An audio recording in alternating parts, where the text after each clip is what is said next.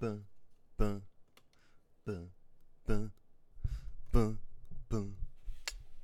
Billie Jean, not my lover. Is that how I should start? Yeah. I'll start like that. What's the first lyrics? Billie Jean, not my lover. Is that it? Is that how it starts? I don't know.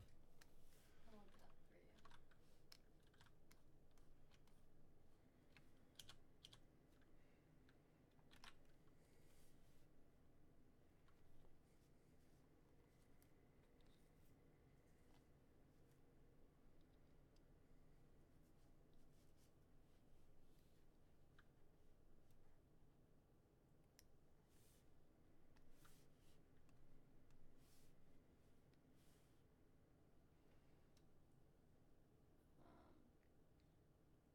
No, it starts with the first verses. She was more like a beauty queen from a movie scene. Do you want just the chorus?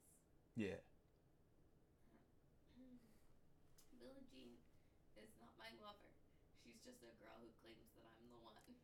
She's just a girl. But the kid is not my son. I am the one. What is it? What is? But the kid is not my son. But the kid is not my son. She says I am the one, but the kid is not my son. She says I am the one, but the kid is not my son. Wait. Oh my god. Billie Jean is not my lover. She's just a girl who claims I am the one. She's just a girl who claims. She's just a girl who claims that I am the one. But the kid is not my son. She says I am the one, but the kid is not my son. You got it, baby. You got it. I can't wait to hear it. An amazing. Oh no. You suck. Okay, hold on. This.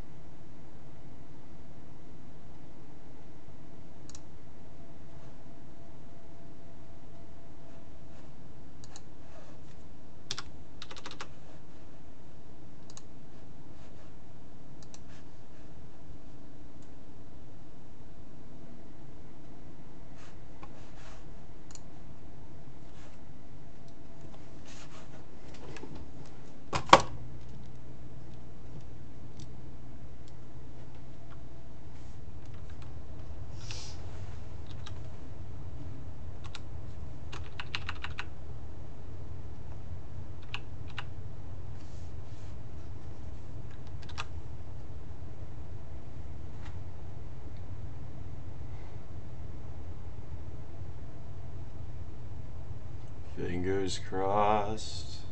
Fingers crossed. I mean, this is ridiculous. It was working fine right up until we actually needed to start.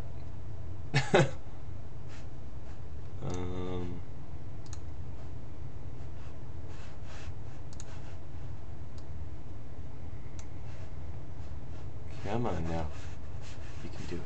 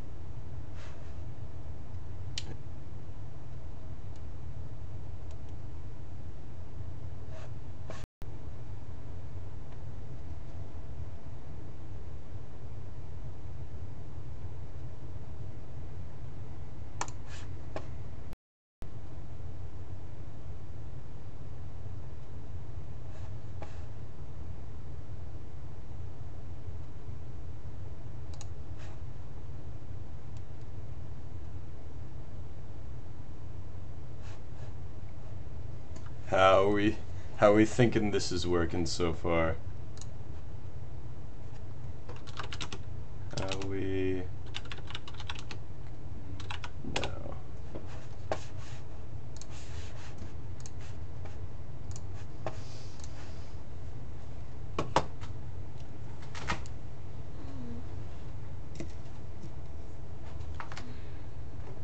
All right.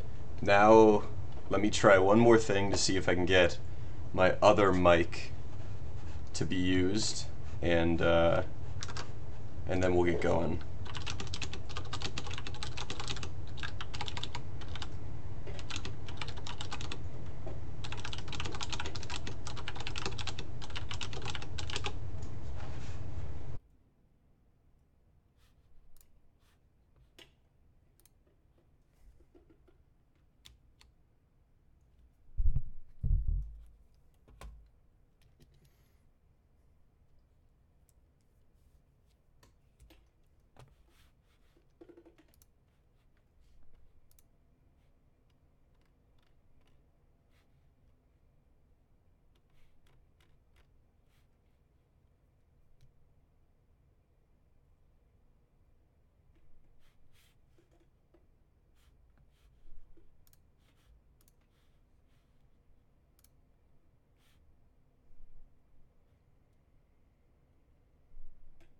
All right.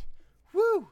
We are here. I think I've got it down. How to reduce some settings, particularly in the video settings, but I think that we'll be able to. And I see buffering now there. Fuck.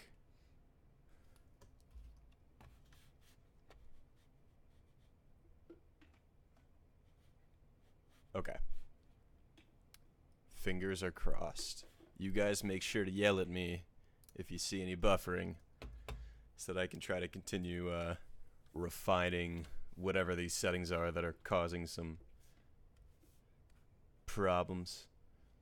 I feel like painting today. So I don't know about you guys, but I think we're gonna do multiple paintings all at once and try to do some composition stuff with Tarnum.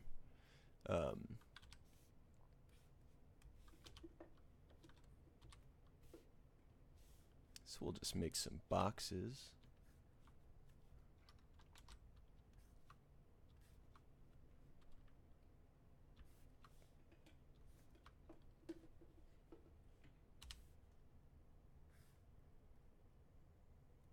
Got a box right there. Gonna make it nice and pretty.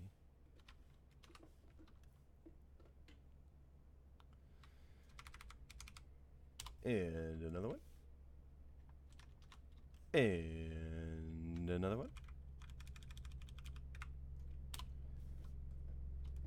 So what do you think? Do you think we can do 4 paintings at once? I'm a big fan of these types of exercises because it makes you not very attached to any particular one painting. So it allows you to be a little more not as married to each individual one, which is really nice thing to have in mind.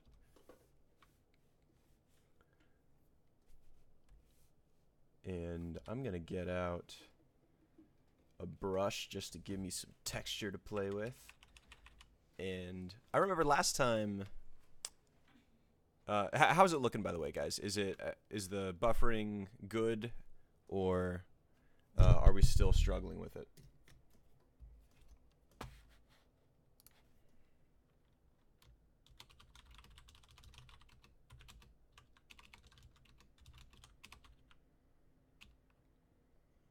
Okay, cool.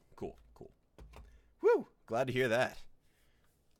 Then I'm just gonna start with some random shapes. I really like doing these types of things because I like literally right now there's no purpose to what I'm doing. There's no ideas that I even really have. I'm just throwing stuff down, and we'll see what happens.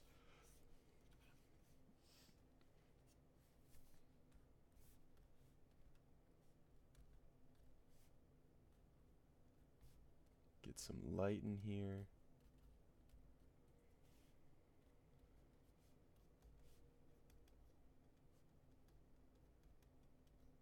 And all I'm doing is saying, okay, I want areas of light, I want areas of darkness. I don't know what any of these shapes are yet.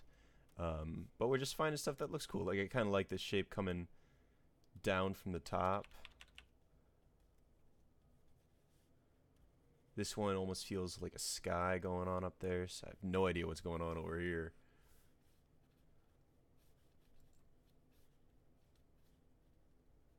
Whatever that is.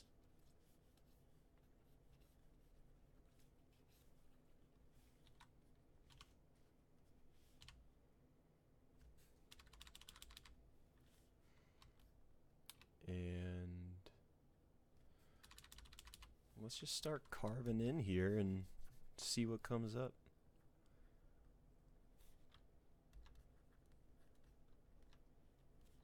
I like how this feels like some type of foreground thing going on over here.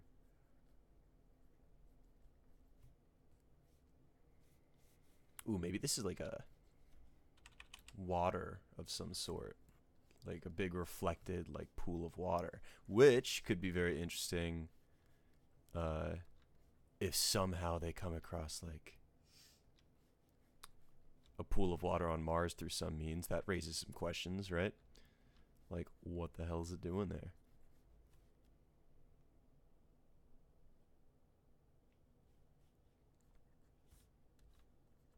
So water is actually kind of really easy to allude to. Water's essentially a mirror, right? So you're just giving it some shapes of the stuff that's sitting on top of it and fading it out.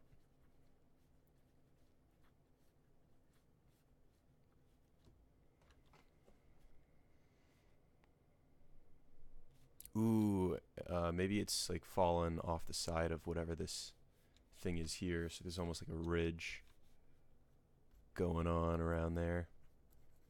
And then water's kind of going over the side of it.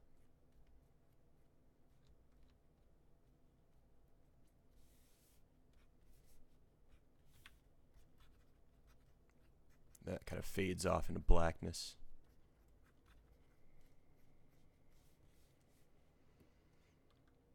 And maybe just for scale reference, right off the bat, we'll throw in a figure. So obviously this is like pretty big scaled. I want it to feel really grand.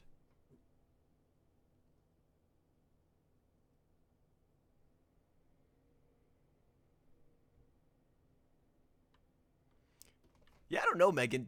So Megan asked, didn't they actually find water on Mars? Like, I feel like they find water on Mars like all the time. Like, I feel like they keep saying that, and then it's like a big deal every time. I don't actually know what's going on with it.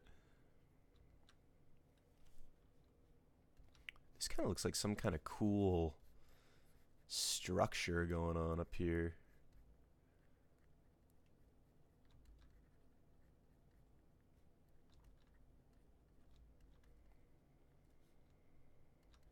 Don't know what kind of structure yet, but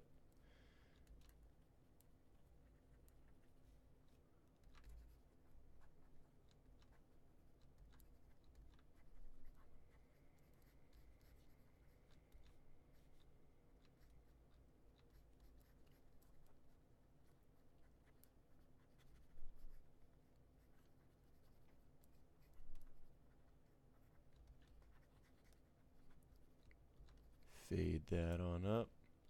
Maybe there's some stuff coming down off the side of it.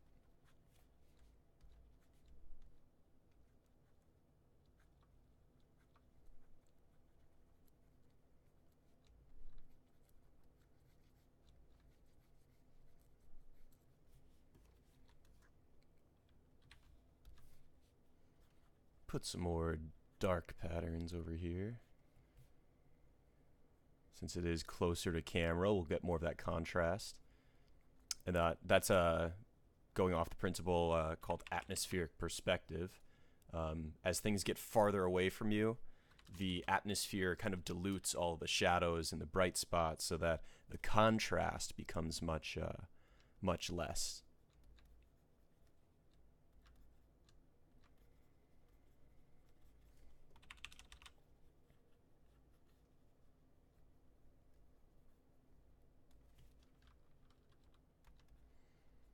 And where my head's at with this painting right now is I don't know what any of these shapes actually are. I know, okay, we've got an allusion to water. We know approximately where the figure is. There's some type of foreground shapes. And then there's this big, what we call our hero kind of focal point, which is going to be this big structure down here. But at least now that I know what's going to happen in this painting, I might need to change a lot about the composition and fix certain things, but I at least know what the idea of it is, so I can move on to the next one. And that's one of the beauties of working in this way is you force yourself to constantly move on, even before you really want to. Like, I could just keep working that for hours and hours to get a finished painting, but it might be better just to keep it fresh and come back to it once I'm done blocking out these other ones.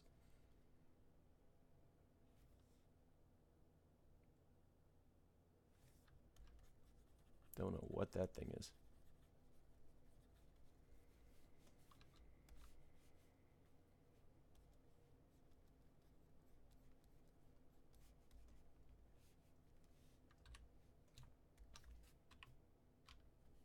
Maybe if I decrease, because one of the first things I need to do is I need to find the camera. Where's the horizon line? Where's if I want to get a sense of the space, because I don't know what scale this is. I don't know how far away certain things are.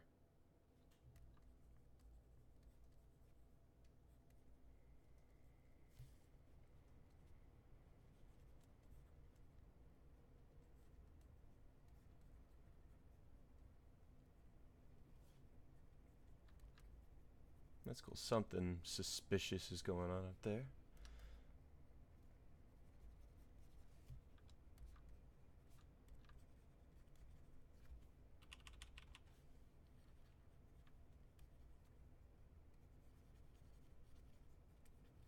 I almost get the feeling of like a cave opening up onto light, like looking outside. Like that's kind of a cool feeling.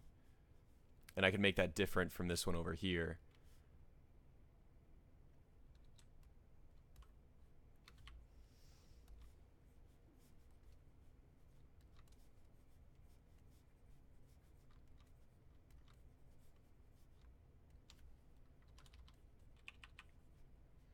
Another cool thing you can do, this is really popular in like video game concept art, is you think about when you're creating the composition for the painting, you think about creating a path, as though if you're creating this video game, or you're creating this painting for a video game, and they were just to translate it directly into the game, what is the path that the player would follow?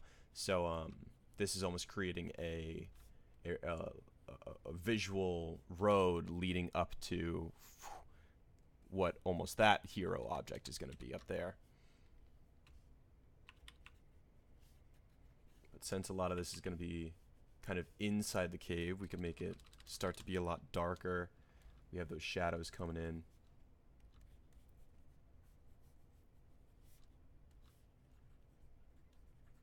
This is behind the light source, so just kind of blocking some sort of shadow there. Maybe we have, let's experiment with having light come in from this way as well.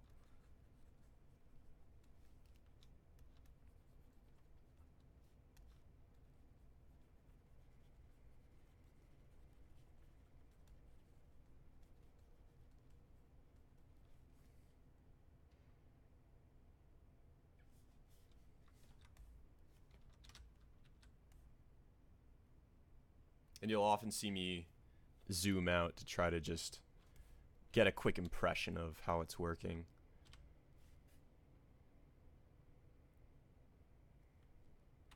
I'm almost curious what happened if I do this and just used it again.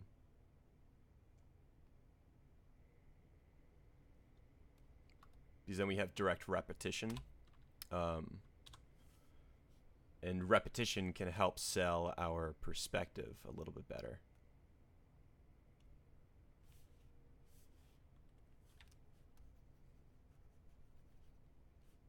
And I'll just blend it in. So all I did was copy paste it and then blend it in. That'll merge it down. And now we got ourselves some form of sense of scale. So like, okay, this object is similar to this object. So we have that these perspective lines now forming, right? These are all leading towards the horizon, which is right, boop, right there. So those are the types of things that I'm thinking in my head. I don't always draw those down, but they're definitely being, I'm finding those lines in my head as I'm working. It's kind of like when you do math in school and the teacher wants you to show all the steps, and you're like, screw that, I don't want to show all the steps. And you just do it in your head, and it's the same kind of feeling. You're still making all those small calculations, but they're not necessarily being represented visually.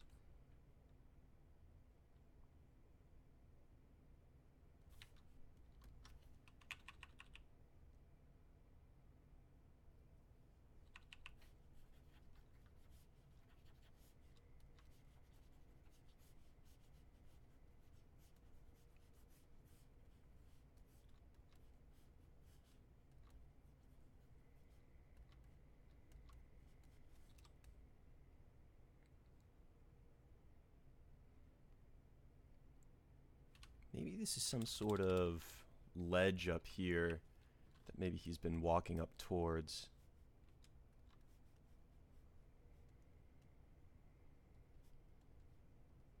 So you can get all the way up to here. Maybe there's another one of these things somewhere in here. Just the illusion of rocks. Let's cut this down. So it's not so symmetrical.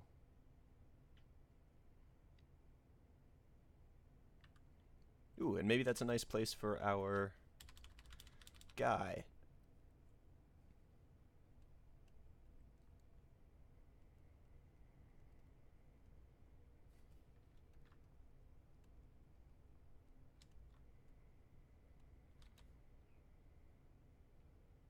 Okay, cool. I like that. So now we've got 2 ideas already blocked in, and we've only been going for like 10 minutes here. Or maybe one of you guys can fact check me on that. I don't actually know when we started, but now we can work on this next one. I don't have too much jumping out at me. You know, let me save this real quick just so I don't lose it. Tarnum environments.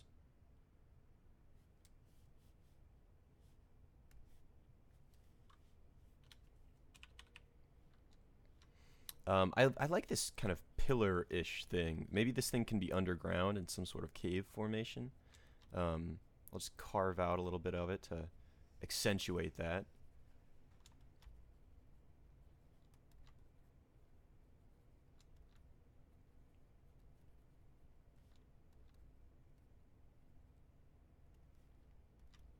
And maybe this falls off kind of down a bit.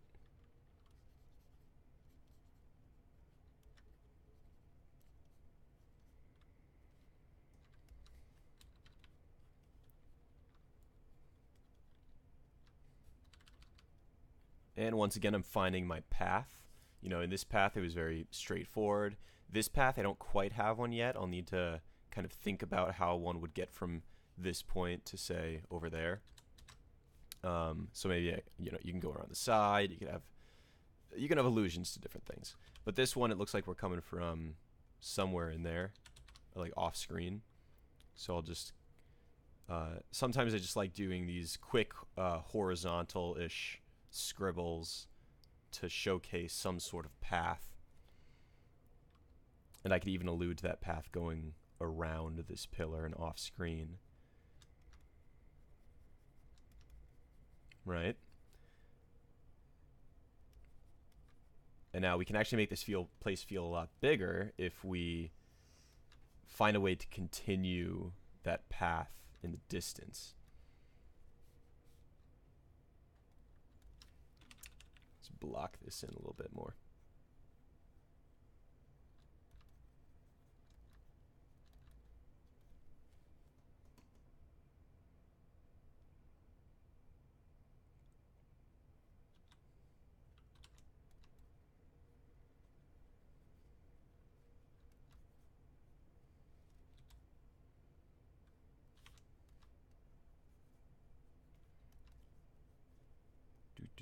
Scribble, scribble, scribble, scribble, scribble, scribble.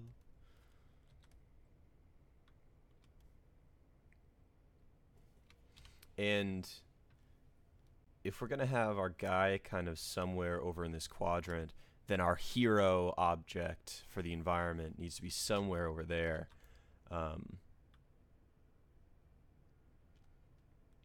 maybe we can find a way to incorporate our pods. Like maybe this is a wall of these pods. Ooh, and I kind of like the automatic kind of messy lines, the straight lines I'm getting from just holding shift. This could be really cool. And this is just like this massive wall of these pods protruding out, just showing the scale of how large this place is. Oh, this is gonna be cool.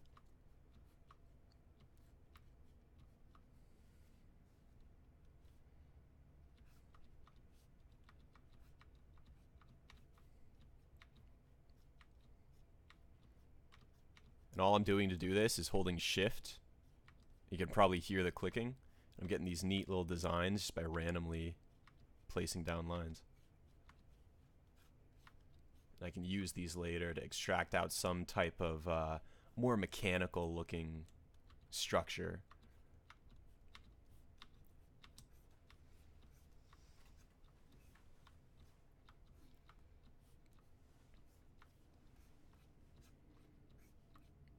At the early stages of these paintings, it's all about hinting at detail. It's not necessarily about getting it all in there and making it look super realistic, but just alluding to the fact that something is out there. And in fact, this is too contrasted. So what I'll do is I'll make another layer, run over it real quick, and then tone down that opacity. And it looks like it's further away just by doing that.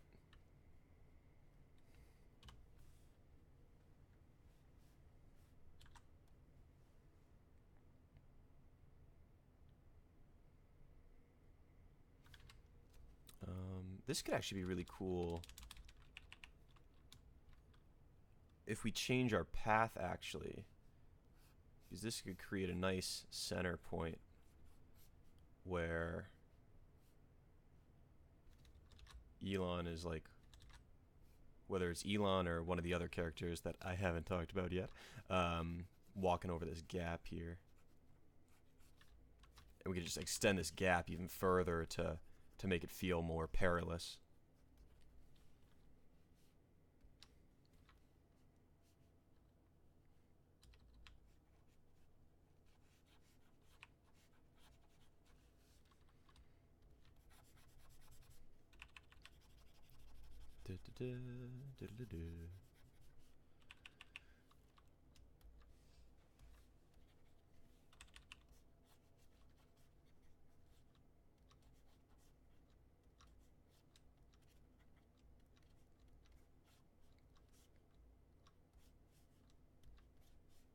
Okay, get some more color variation in these foreground rocks because they're going to be pretty important.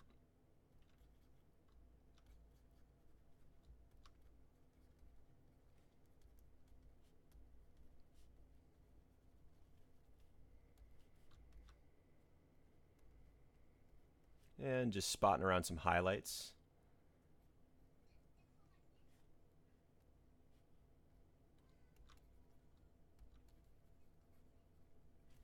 And we're going to knock back this path just to not bring so much focus to it. Because even though we wanted that in the beginning, you know, I found something else I wanted to explore, and now it's not really serving that purpose.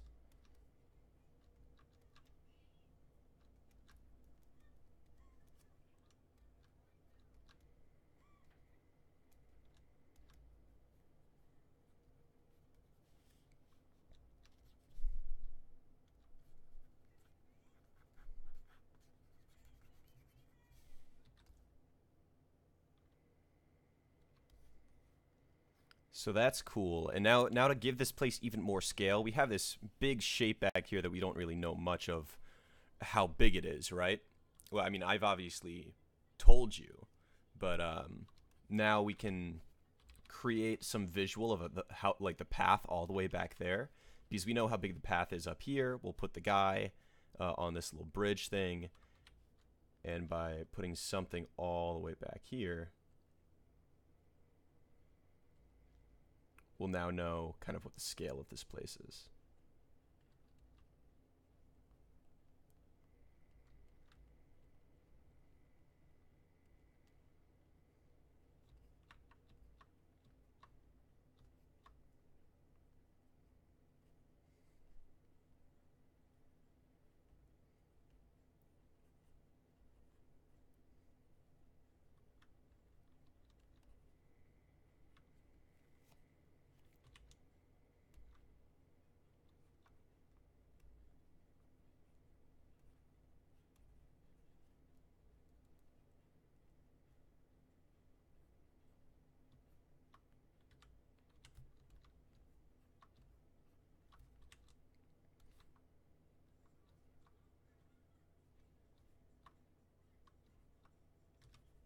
Whoops.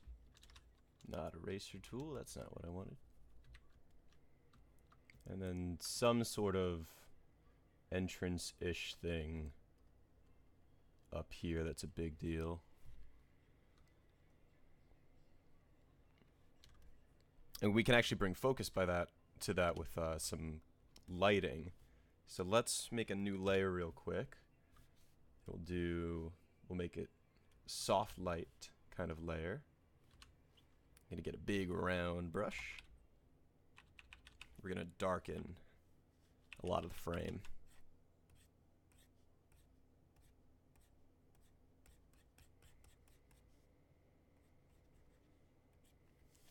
You know what? Maybe I want something else.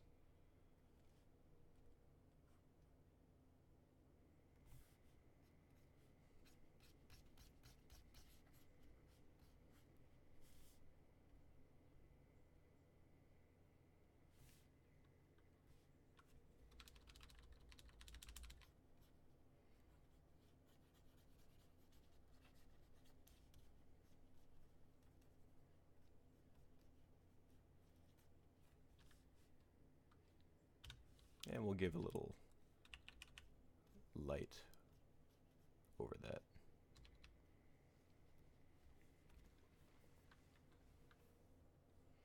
So we'll make it feel like light's coming down from up there. And in fact, we can accentuate that even more by having light come down on where the main character is going to be.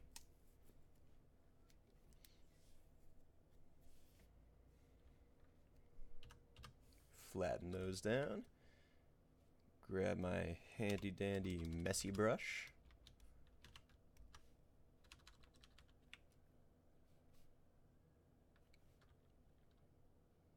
And how big is this here? Oh, too big. I don't like that.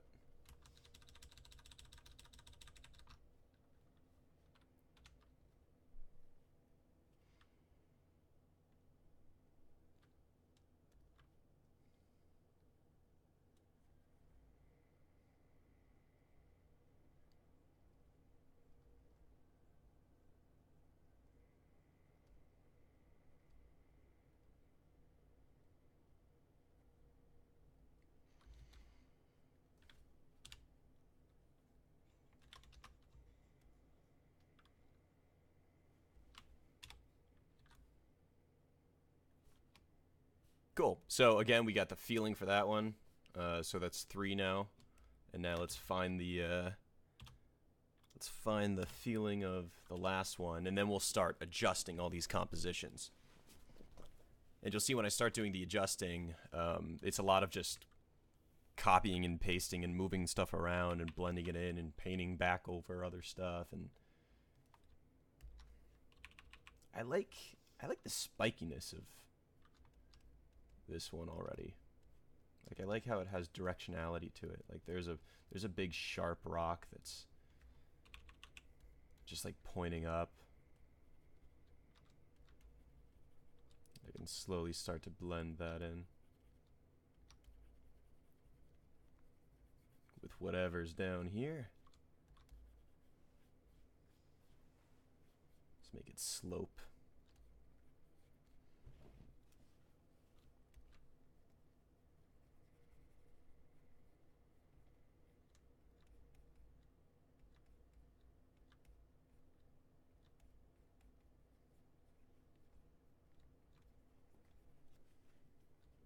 Another spiky rock going this way, which will eat in a similar way.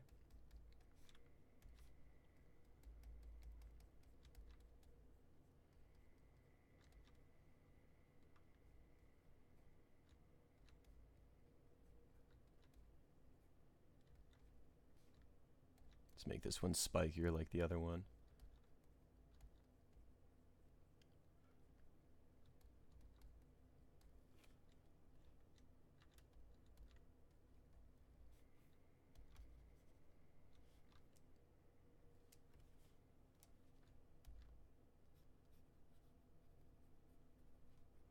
And we kind of have this, we'll use this kind of ridge of spiky rocks in the foreground. And notice how I'm pointing them all. I'm not pointing them arbitrarily. They're all aiming somewhere. And wherever they're all pointing to is where our focal point's going to end up. So if I run through that real quick, you'll see this is pointing that way. This is pointing that way. This is pointing that way. That way. This one is going up, but then I'll have something else that maybe points that way so that this can lead back down. And now we have a self-contained flow of the eye to the center point, up and around, and back, which will be nice because what can you guess I'm going to do with this area right here? What am I going to put right there? Probably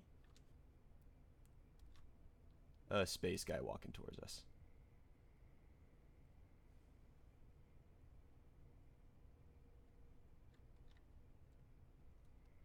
Man, I always draw them too big at first. Gotta shrink them down.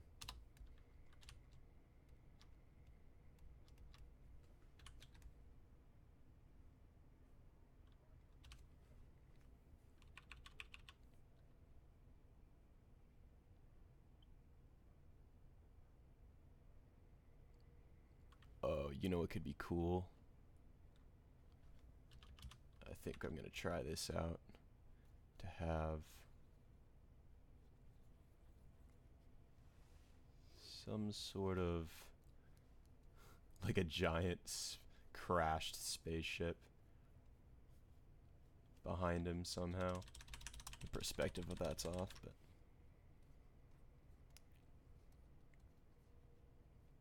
and then this could be a wing coming down behind him in the background.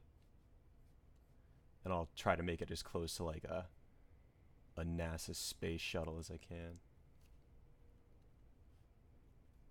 Oh, that could be cool.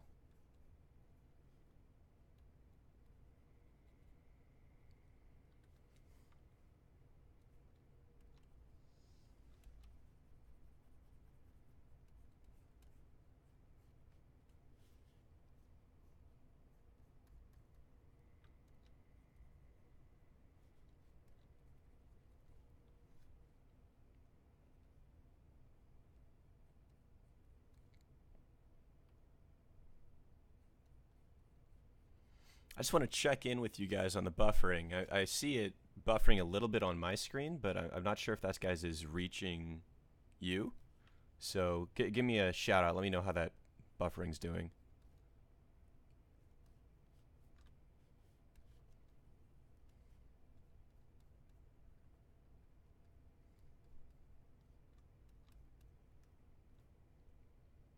Awesome. Awesome. That's great to hear. If it hasn't buffered yet.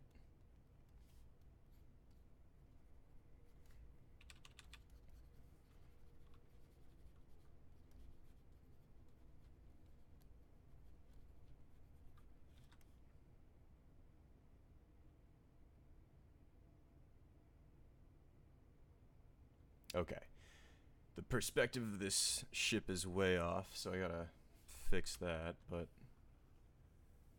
I'll just use some Photoshop tricks to get it on into place.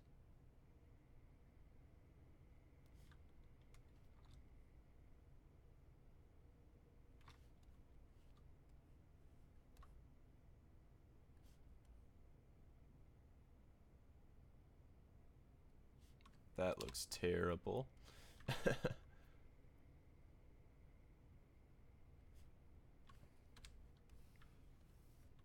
Maybe just as simple as let's take it out, let's put it back in, lower it down.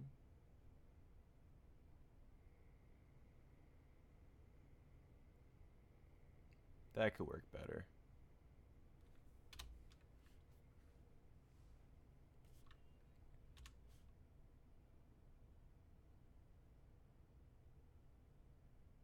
Ooh, what if we had... This is actually the same rock and it connects and like has that big bridge.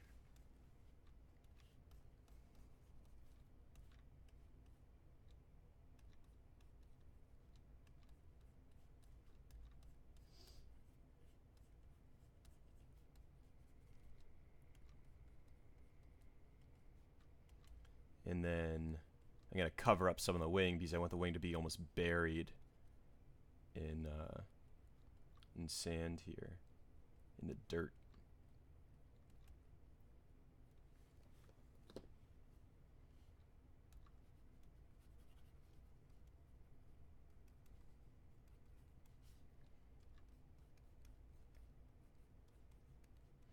And we'll throw in some rough shading.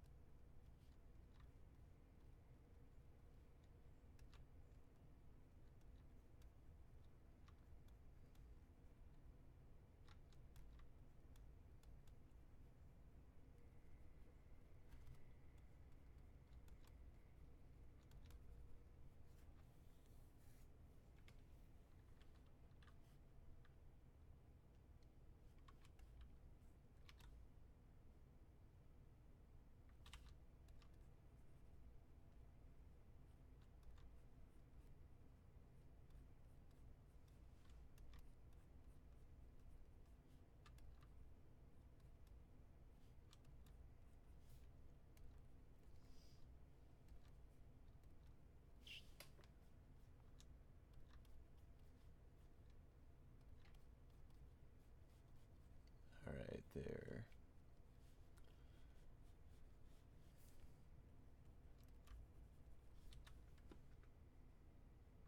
Get some very rough forming on this guy.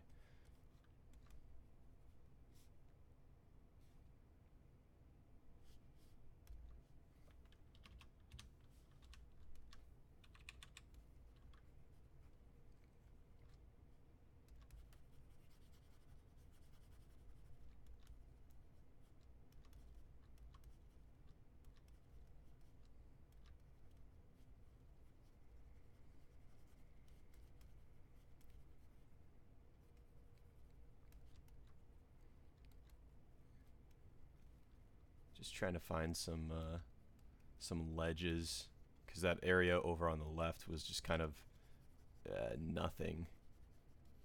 wasn't defined as anything. Just trying to make these two components kind of fit together.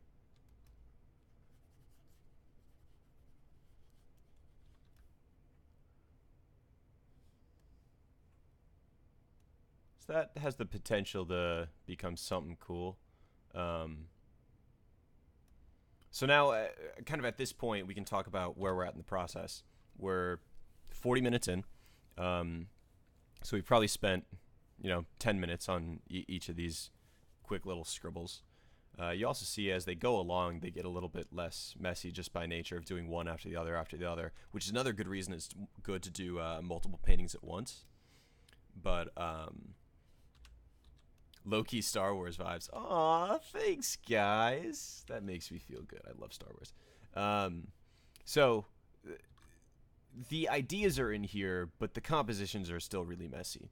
For instance, this guy's right down here at the bottom. That probably, it feels a little uncomfortable to have him smushed against the frame like that. This one actually feels all right so far. As we detail more, I'm sure we'll move stuff around. This one feels pretty good too, but it looks a little flat. When we get to this one, I'll talk a little bit about cameras. This feels like a very flat camera, like a very long lens, and I want it to feel more grand, which I'll want a wider lens, but I'll talk more about that when I get to that one. This one, cool idea, still really messy composition. We don't really have much of a path going on here. We sort of have one right here, or alternatively, if you think about it like that. But it would need to be better defined, and it's also a little boring because nothing is really pointing to this guy, which is a very interesting object in the scene, but compositionally we're not really leading to it in any way. So we'll have to figure out that. But those are some of the problems we have right off the bat. What I'm going to do is I'm actually going to save this layer as initial, here, first pass. We'll just call it first pass. And then we'll duplicate it, and we'll hide the original. So then this will be second pass.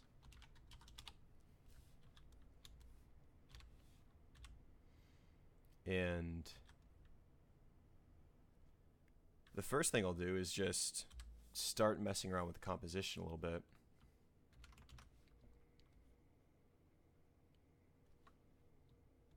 Like already, if I just smush it up a little bit, and then we can paint and stuff below it, it might look a little bit better.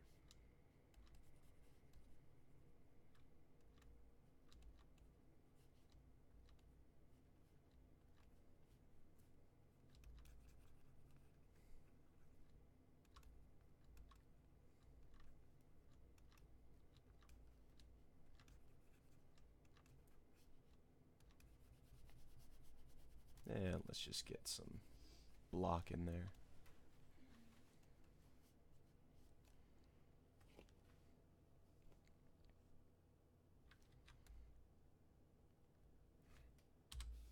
So we'll even grab this, duplicate it, make a better ground.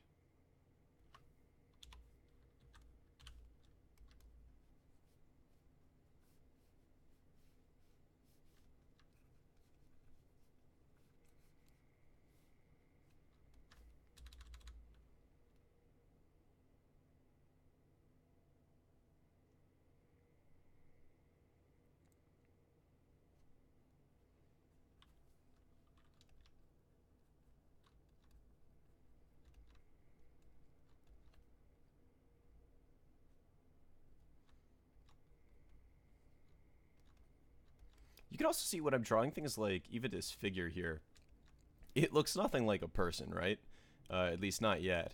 And that's totally fine. I'm not thinking about where does his arm go, where does his leg go, where, like, I'm just thinking about the kind of how much space does the entirety of his body take up, and I'm trying to block that out.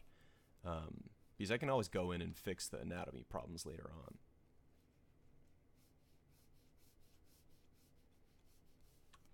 And these kind of lines all coming into towards the horizon are kind of helping establish that this is not just a flat. It gives a little more depth, brings you into it a little bit more.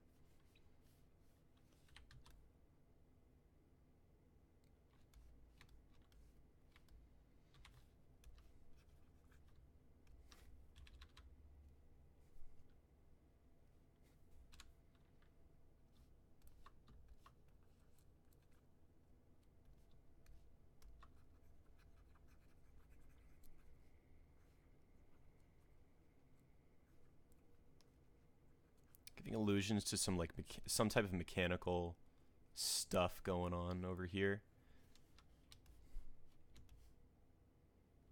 I'll probably do something similar.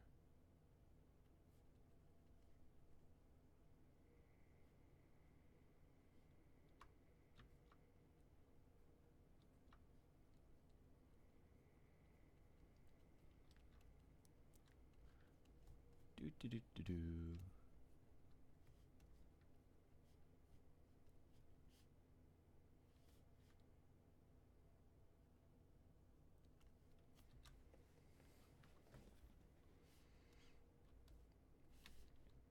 So you can see we started with, whoops. Let me crush that down. Oh no. There we go. So by bumping it up, I made him fall more on the rule of thirds, which if you guys don't know the rule of thirds, I can quickly show you that. Essentially, if you draw a tic-tac-toe board over a frame, our eyes are naturally drawn to the intersections of these lines. So this can be a focal point, this can be a focal point, this can be a focal point, and this can be a focal point.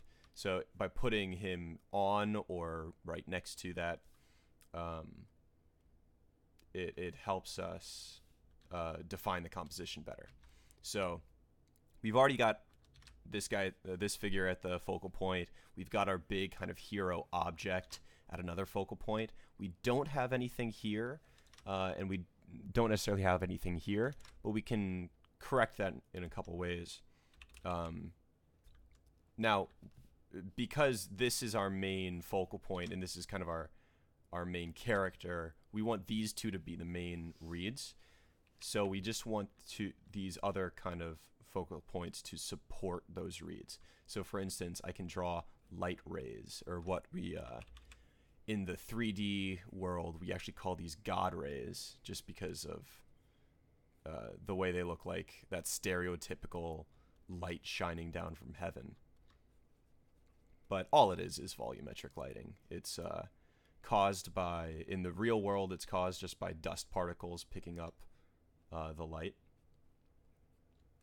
But it's a real nifty trick to use these light rays as compositional elements, because I can essentially just point to them. How do you make someone look at something? Point to it. They'll look at it. And I'm actually going to throw in, I think, a little bit of a curveball here in putting in a very close character like this right here, maybe.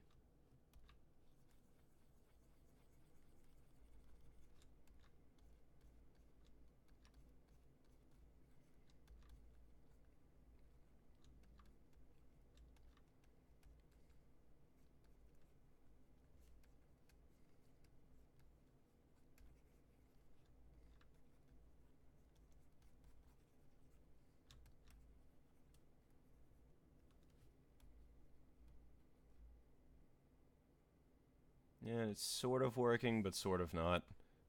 More not than actually working. So let's kind of like fish around for where this might be able to, or if it'll even work. Doesn't always work. That's okay.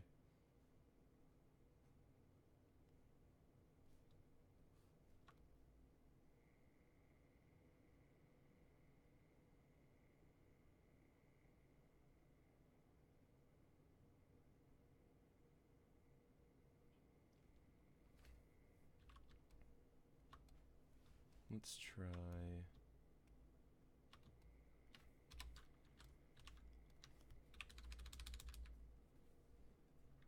rounding that out a little bit more.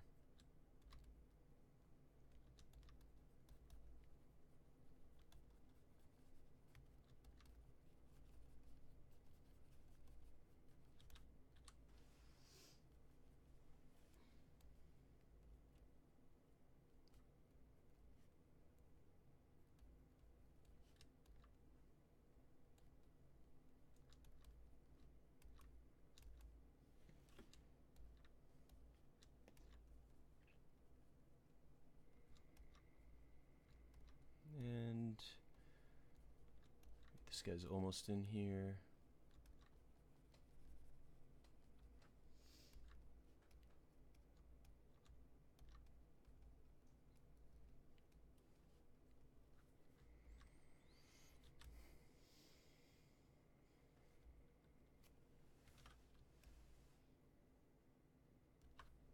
That feels better over there.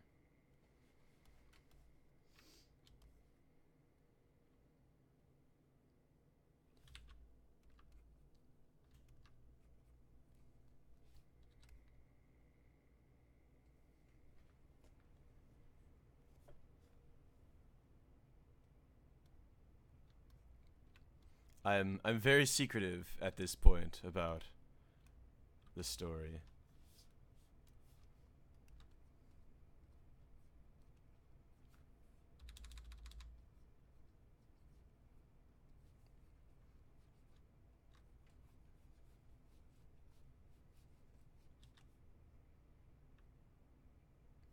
You know what? I kind of like the idea. This is once a number of our characters have gotten together. So we're going to have multiple people in here.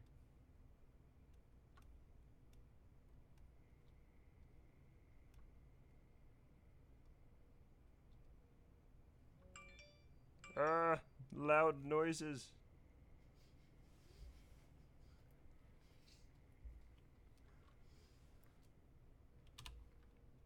And actually this, I could probably use that exact same silhouette there to just stick in the place of our main guy.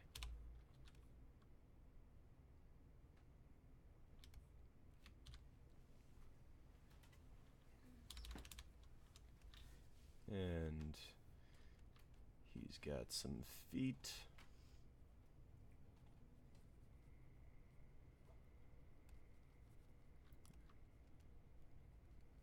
Got some lighting on that feet.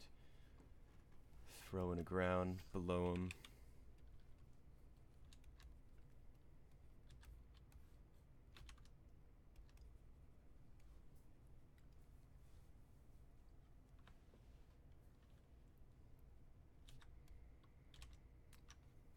And by having, again, this is the same principle as I was talking very early on about this one over here with these two rocks.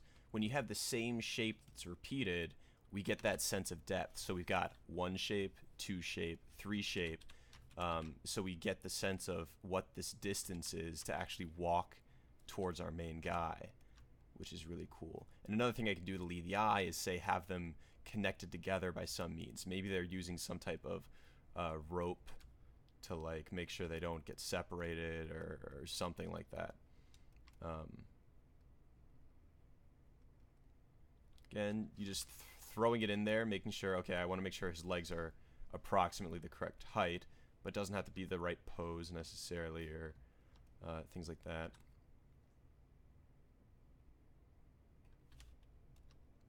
I want to make this backpack bigger on this guy. Yeah, backpack.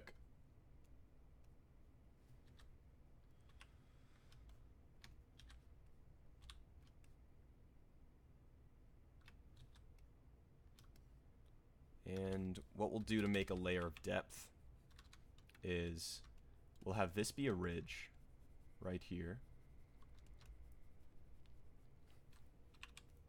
And then down below, it's almost like, think of like a beach, like soil running into the water. That's going all the way down around here.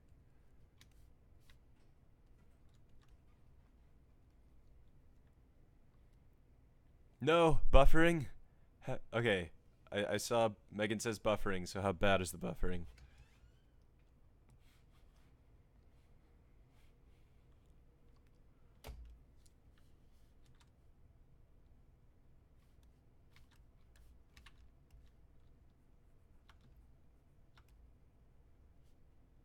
It also looks like the latency's better this time around, in terms of when I actually draw something and when you guys actually see it, which is cool. It's not yet real time, but only so much I can do on my internet.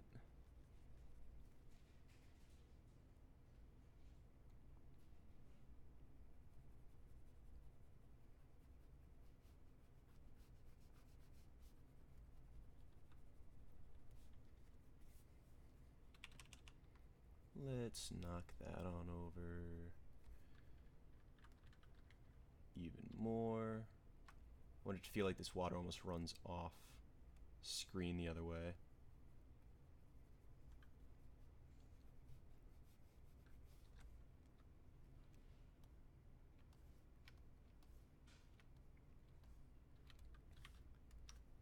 Define this big overhangy thing. And in fact, we can quicken things up here now that we have an idea of the major shapes. I'll just use a quick selection.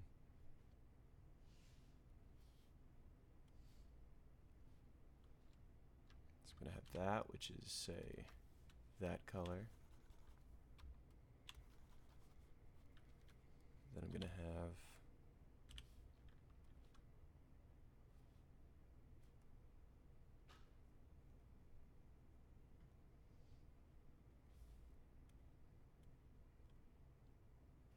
this guy. And I've got some clean shapes in there, which is nice to have that difference.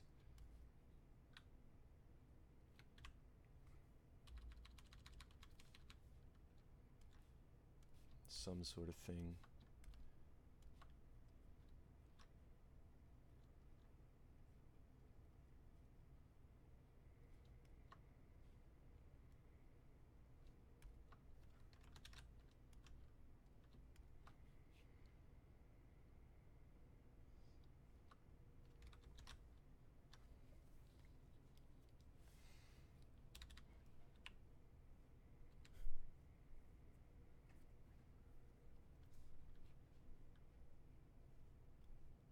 You just got a notification that you've been sending too many messages.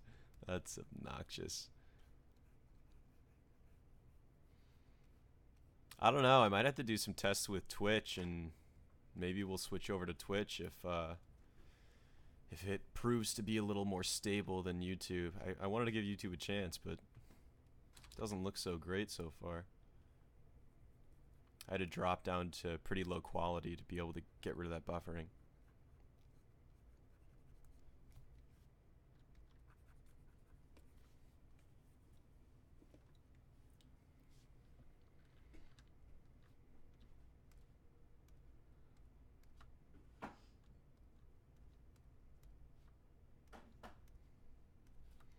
Putting some illusions of light in here.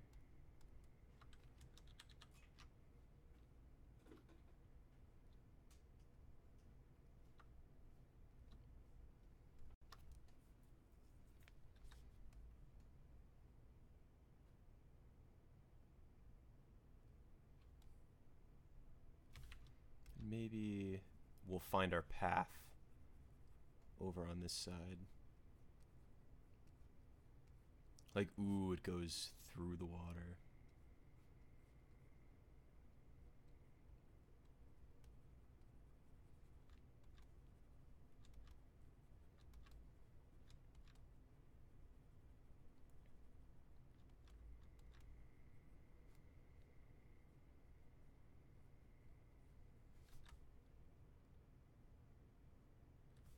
So okay, it's pretty good. Let me flatten all this down, and then we can toggle between, you know, where we started. We had a feeling, we had an idea, and then we kind of fleshed out that composition a little bit more.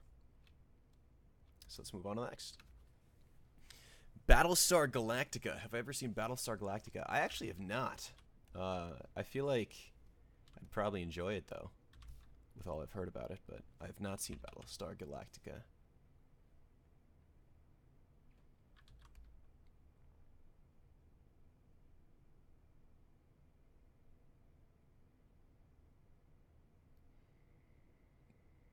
Okay, just trying to think about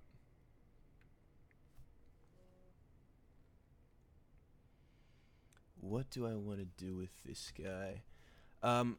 So we have that path in there. I don't really like the path too much.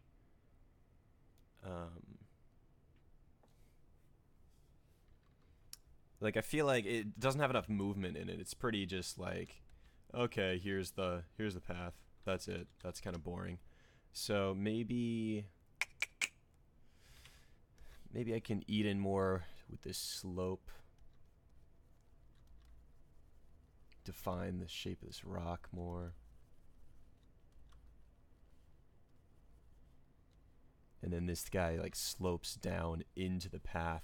And maybe this will give me a very like curvature based composition, which is cool because the others don't really have that. This fourth one might have some of that in it, but this might work for this one. Because the other thing, part of the exercise with painting these 4 paintings is you want 4 things that are different. You don't want to paint 4 things that look all the same.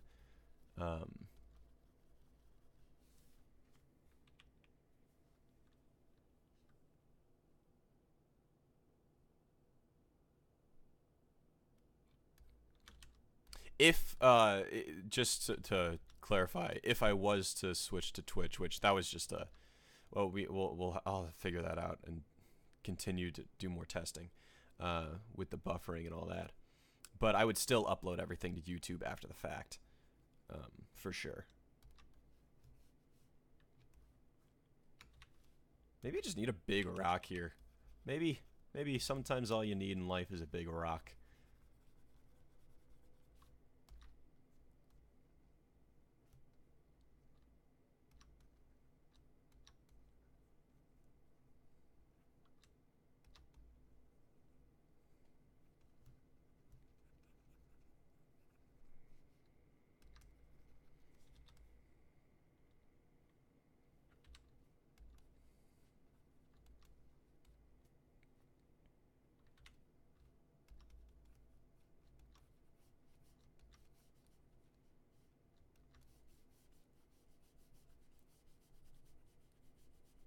Ooh, I like this. It makes it feel actually eating away at the light, or eating away at the shadow with light rather. It makes it feel like bigger. I do kind of like that rock there though. I'm not gonna lie. You're a good rock, bud. You're a good rock.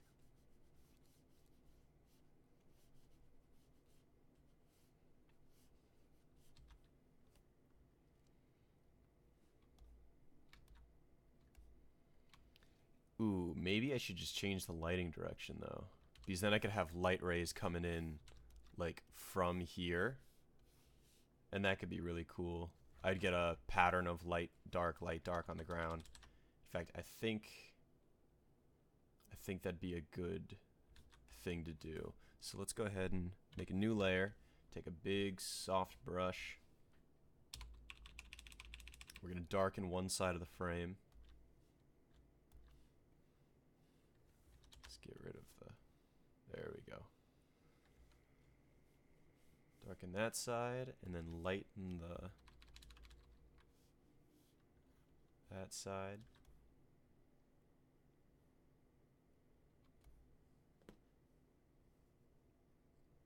And I'll delete it so it's not eaten to our other picture. Gonna need more dark right here. It's gonna be in darkness. That's gonna be in darkness. You get dark, light, dark.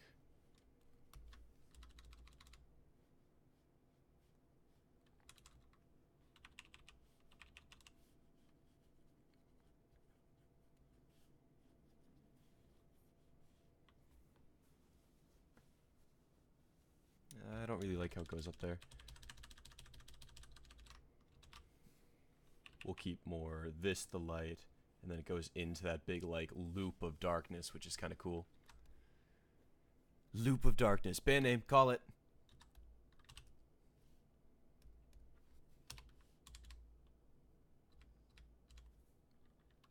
Rock on, man. That's the tagline. I always feel bad for people who watch the stream after it's live. Can you see the comments watching it back, or can you only watch it when it's live? Because that would suck if you couldn't see the comments. It would just me making random out of context jokes that don't make any sense.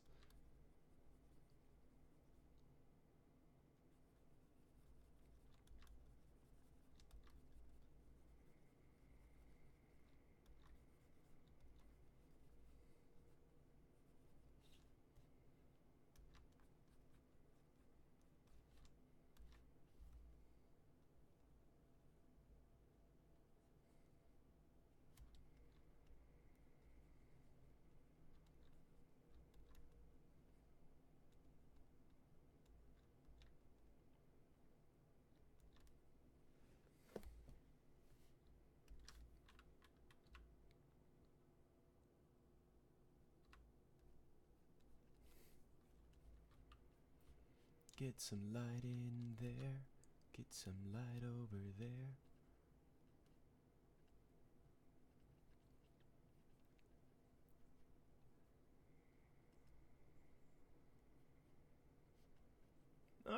All right. This is starting to look kind of cool. I'm feeling it. I'm feeling it.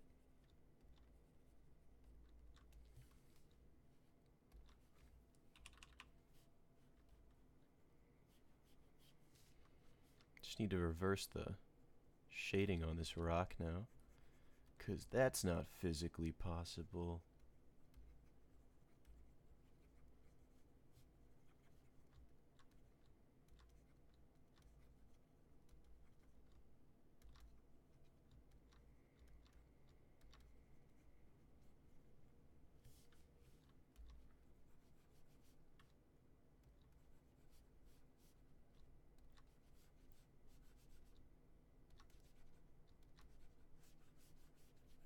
And getting that across. So it was interesting. One of the big compositional changes we had to make on that first one was the composition itself. One of the big compositional changes we had to make on the second one was actually more the lighting than the composition.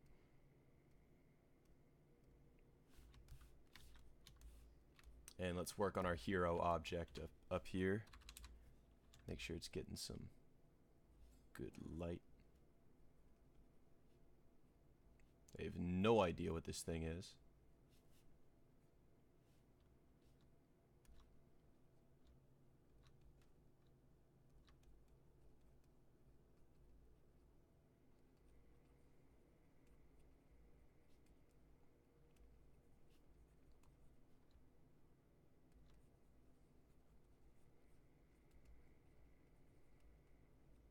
And scribble, scribble, scribble, scribble, scribble, scribble.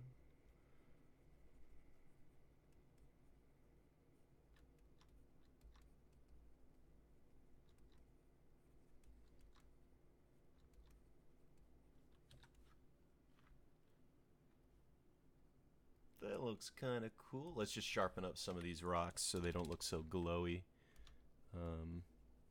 Define the edge a little bit more, I mean.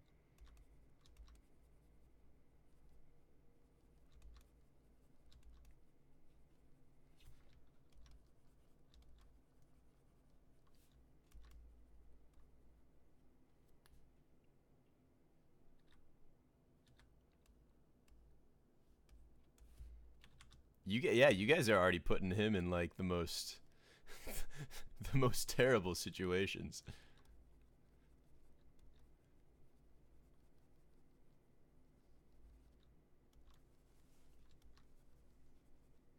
Time is at 7:12. All right, we're doing pretty good. We're doing pretty good up for these four.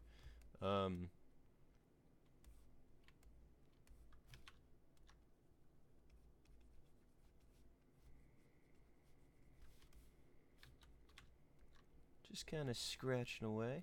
Let's find kind of what the shape of these rocks are. Just scribble away at it.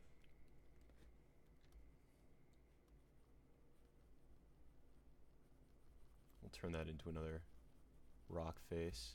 We can actually lighten that guy up too, because he'll now be in light.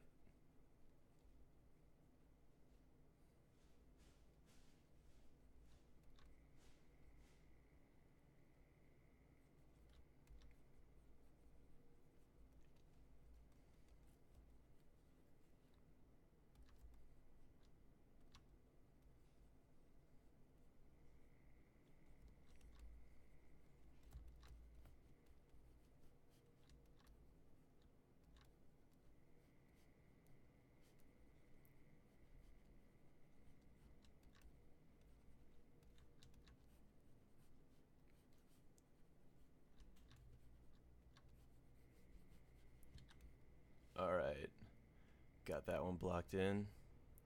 Let's go ahead and move on to the other one. Oops. Second pass. Actually, real quick, let's toggle that just so we can see how far we came. So see, it was, again, mostly a lighting change. Those main shapes didn't really go anywhere. but it does feel a lot better with that lighting change now.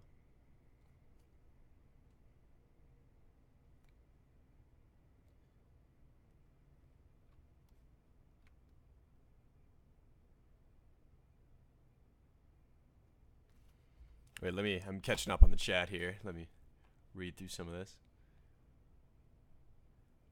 Oh, we're catching up on Liam on what we know so far about Tarnum. So, pretty much what we know so far is he's woken up from a cryo chamber with no memory of anything before. Yeah, that's good, Amanda. That's pretty much exactly what we know.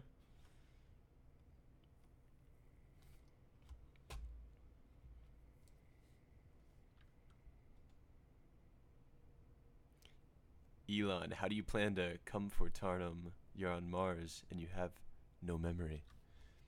Well, maybe he learns some things about the past. All right, I feel like this last one or this third one's gonna be another lighting thing, another relight type of situation. Gotta have brighter spot coming down there.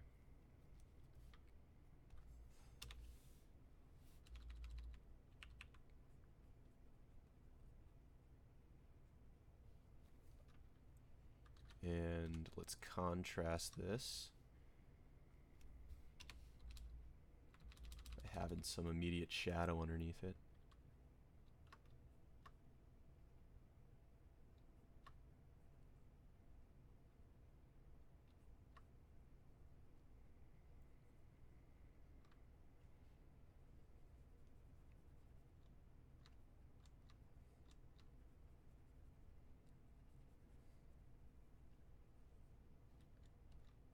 And we have immediate shadow under there as well.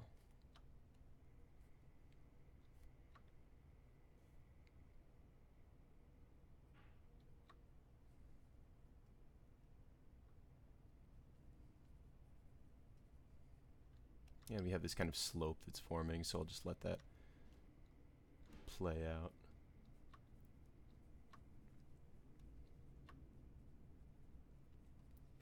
Scribble, scribble, scribble.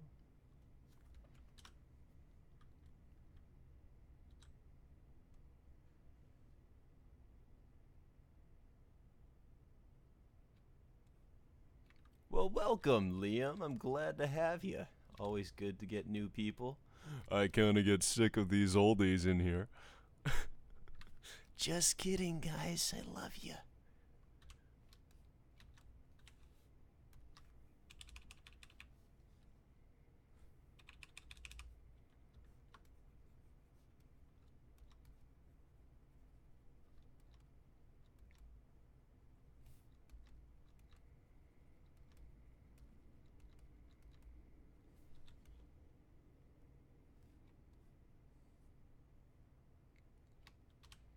Okay, let's get another lighty glow in here. Lighty glows are always fun. That is the official word, by the way. Lighty glow.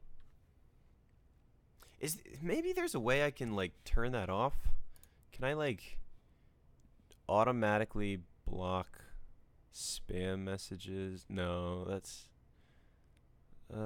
community settings page. Maybe I can change some of that. Comments.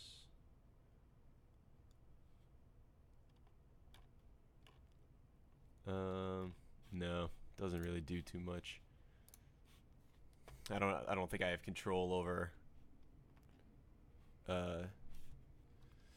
not letting you guys get blocked for too many messages.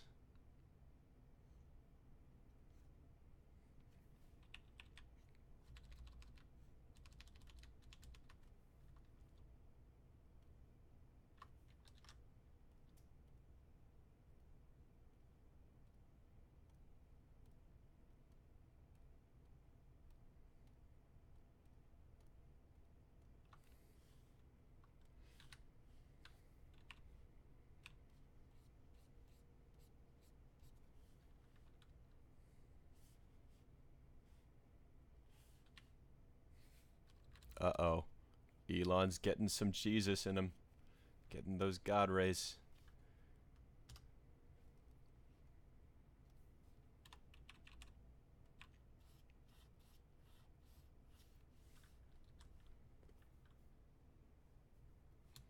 And it's a little too obvious, so we'll tone it down. Whoops. What happened there? Merge. And tone it down.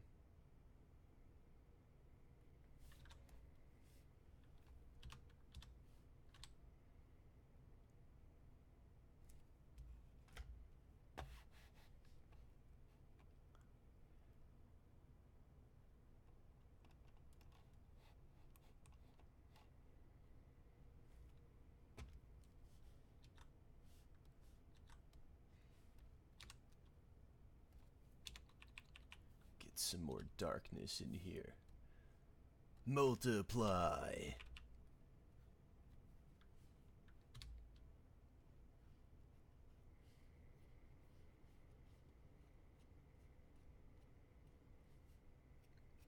Really want this place to feel just super cavernous.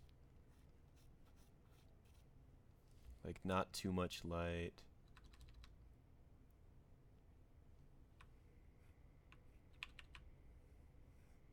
The only place light should be coming from is that little hole up there. Yeah, that's kind of cool. All right, cool. You know, we're gonna move on to the next one, so we can see going back and forth between our first pass, second pass. That first one, we had that major compositional change, changing where the horizon line was and adding those figures. And the second and third ones, we're really just messing with the lighting. We're in that third one, we're really just crushing those blacks, making it all about the light. And let's move into this last one. Huh. I'm gonna play around with the composition of this one because I feel like something's off, but I don't know the answer to what's off.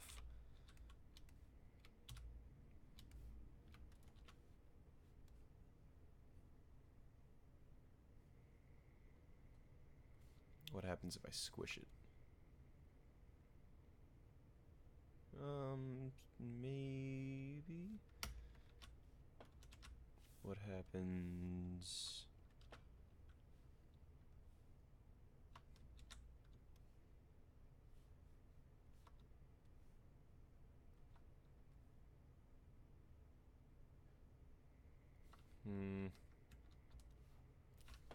Not liking it, guys.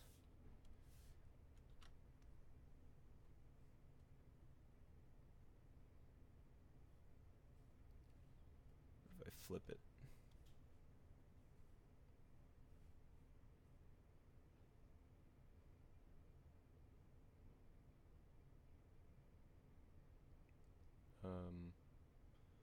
I'm gonna try something super weird. We're just gonna scratch it almost completely. Start from something like this.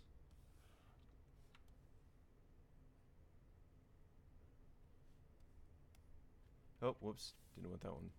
Wanted a new one.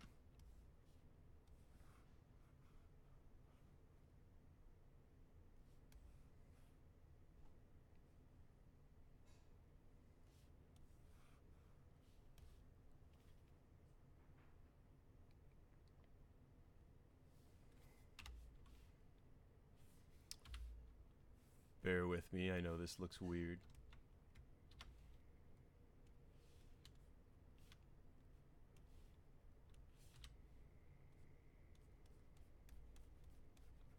Sometimes you just gotta tear something apart to find something that works.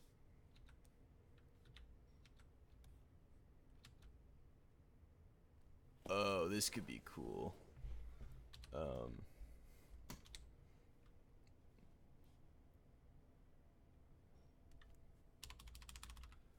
Let's knock him out of there. Oh, nope, nope. Nope, nope, nope.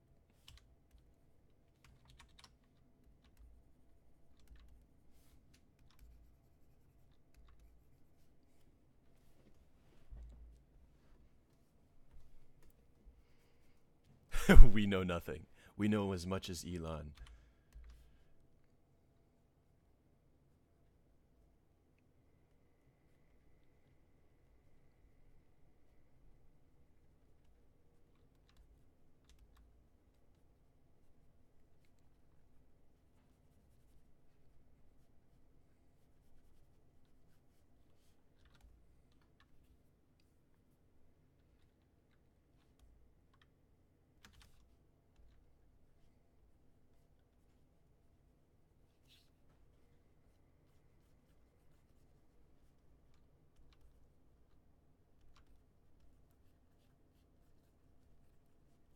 This is kind of an interesting thing going on. And then I'll make this kind of the path. We'll find a bright spot right here in the middle, where kind of the main light will be coming through. And we'll put our guy right there.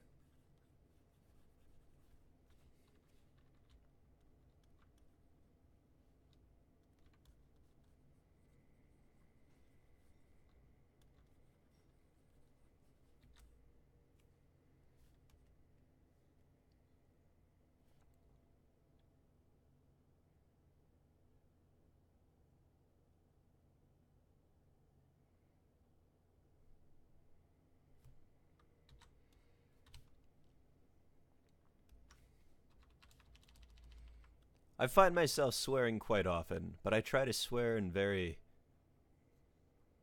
non bad intention kind of ways. I don't swear at people, but I swear at things all the time. Like, God damn it, you tree trunk, why won't you just get in the right place?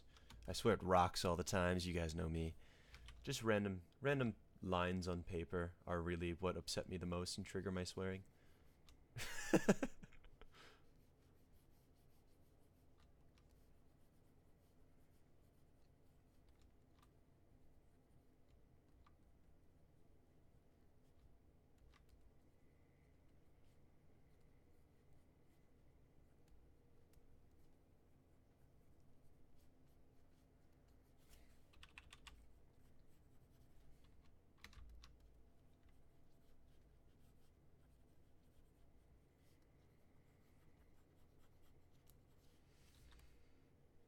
I don't know what this place is, but it's feeling cool.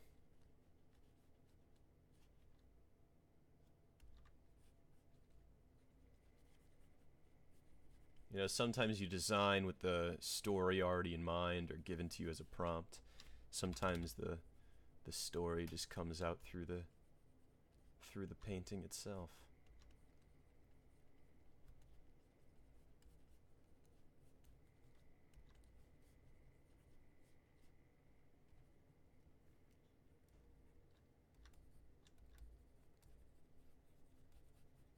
And you know what? Let's steal some of the guys from our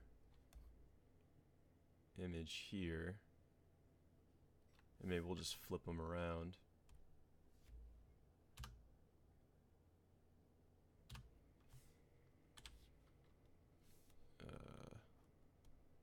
You. Give me the lasso tool. Nope, let's grab this guy.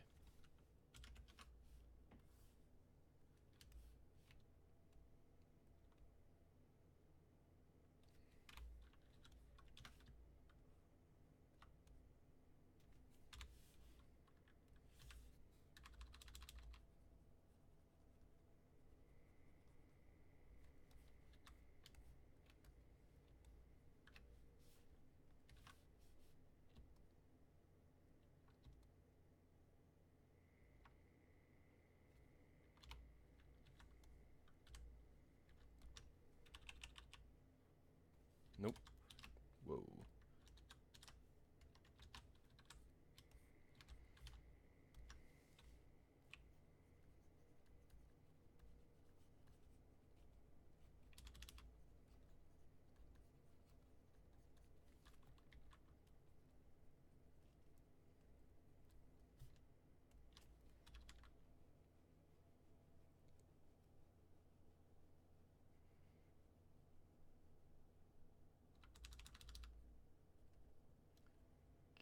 that in.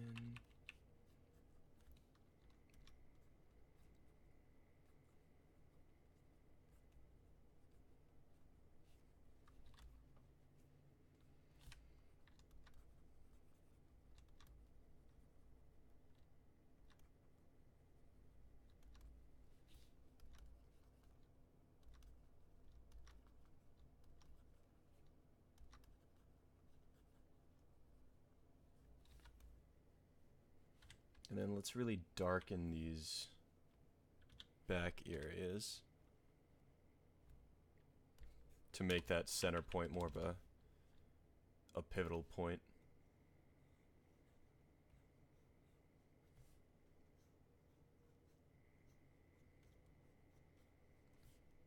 In fact, we could turn this into like the entrance of a cave almost, where the light's just spilling in.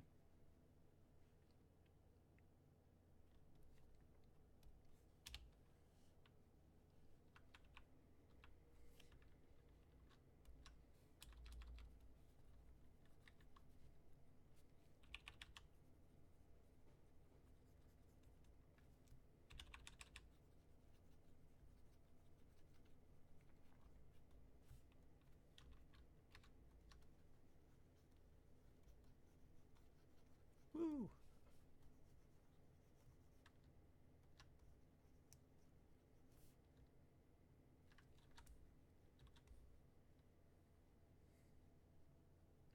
Ooh, you know what could be cool? You have a nice foreground element that's a big story element. I think for this to work, I'm gonna have to change the composition just a little bit. Maybe put him off to one side, and then put him off to the other side. And what I'm doing right now is that decision was made just on the basis of the rule of thirds. So I knew I wanted to have him at one of those intersections on the rules of thirds, and I wanted to have this kind of platform that I'm seeing on the other side of the rule of thirds. And I can show that real quick with grabbing a nice obvious red and approximately bloop, bloop, bloop, and bloop. So roughly, but actually I can bring that even up just a little bit.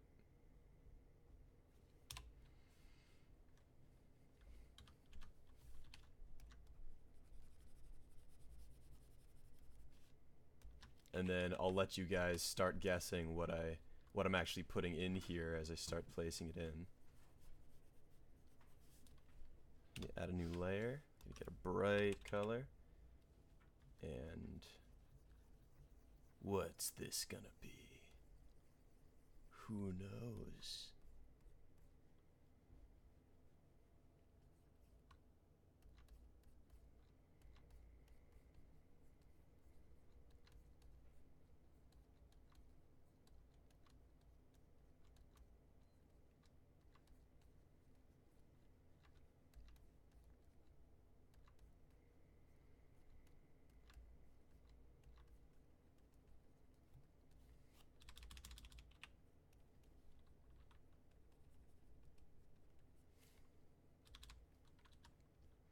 Any guesses on what this is gonna be yet?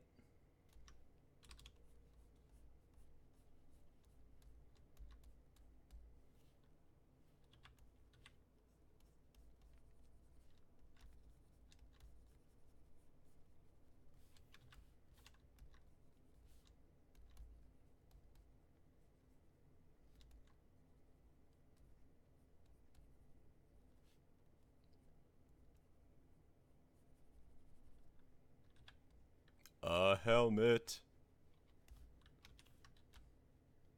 So he's entering into some sort of cave, and there's a random helmet left behind. What's that mean? Tune in next week to find out. No, I'm kidding.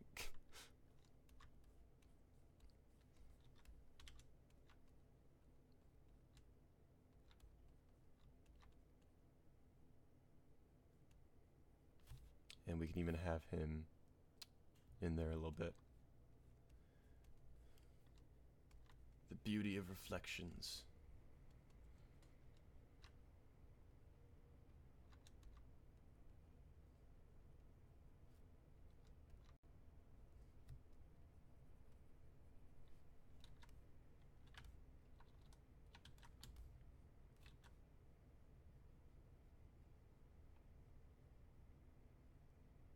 And now, you know, these two are looking a little. Oh, oh no!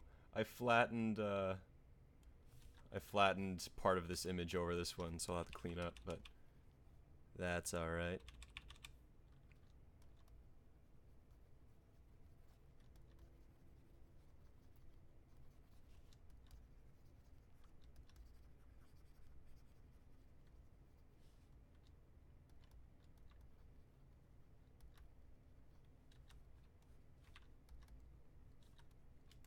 All right. So these two feel like the top right one and the bottom left one feel like they have pretty good lighting in them. I just need to kind of get the lighting, kind of like more that softness feel into both of these.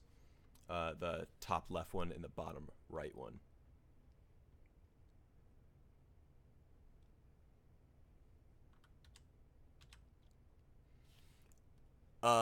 Does Elon have a certain voice, like Damien had his Damien voice, and you have your Charlie voice? I have my Charlie voice. Um, he's on Mars. We know that. We discover that in the pilot episode, so I don't feel that bad letting that piece of information go.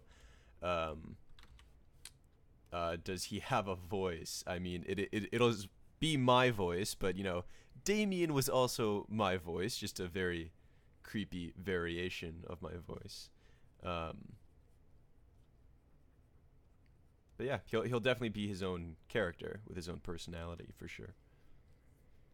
You know, I'm a little bit more goofy of a person than probably Elon will be.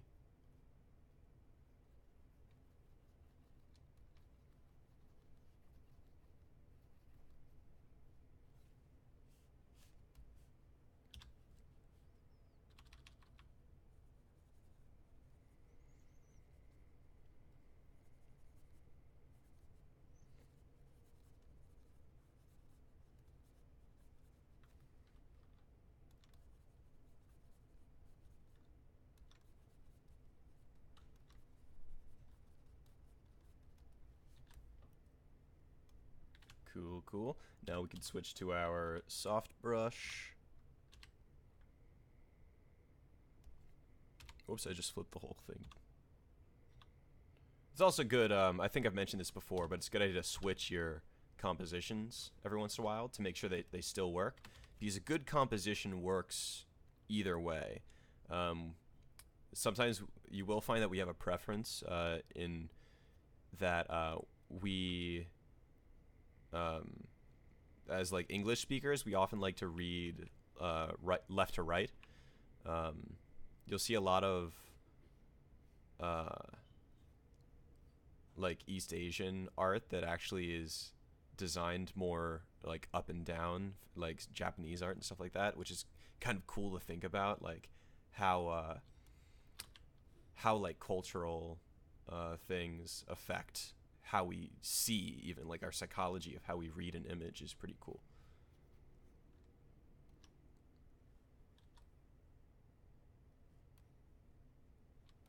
All right, that's feeling kind of cool. I like how we have the reflection in the helmet mirroring him standing in the doorway. That's kind of cool. And all these scribbles down here, they could be rocks, they could be maybe bodies of other people that are that have been left behind in the past somehow. You can think of a lot of cool things there. Let's add more dynamic lighting to this one. Actually, I'm going to switch it back to original composition.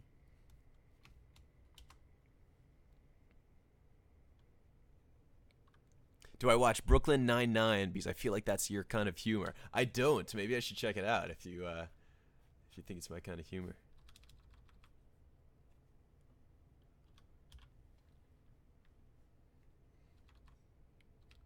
I feel like this area here needs to be like pretty dark. Then we're going to open up on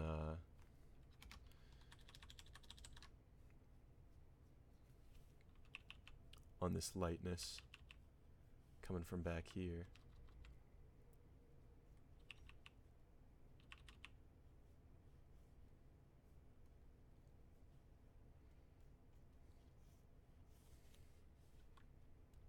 We'll knock back some of it just to pop out this guy's silhouette.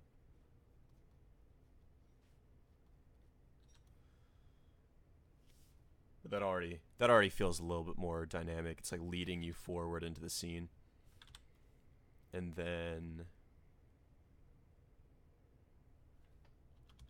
let's jump up here.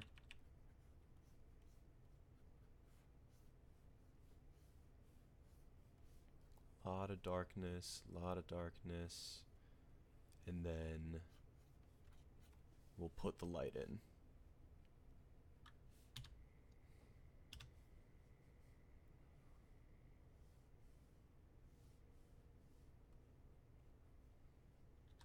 Ooh, that's kind of cool.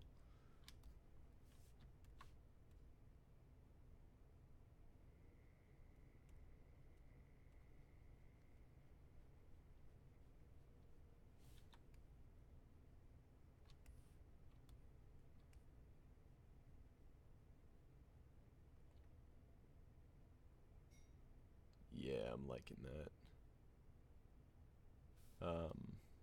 Maybe we can get some more highlights on this thing back here, just because it's kind of just to pop out that silhouette more. Gonna start rotating the canvas just a little bit to make it easier.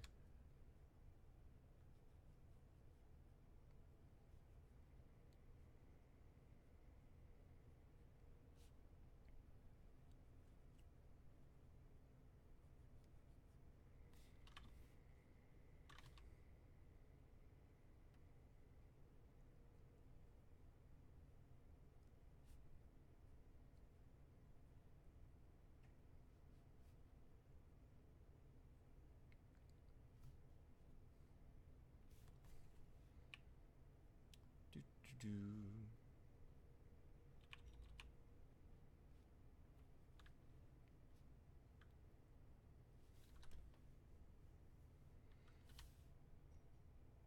One big one across there that'll kind of fade out. No.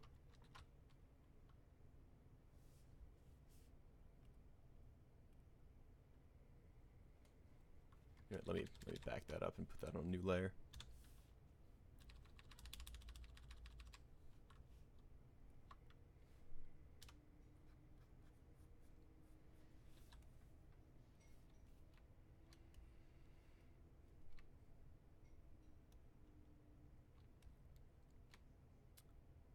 Liam, so are these all parts that we'll see in the visual aspect of the podcast?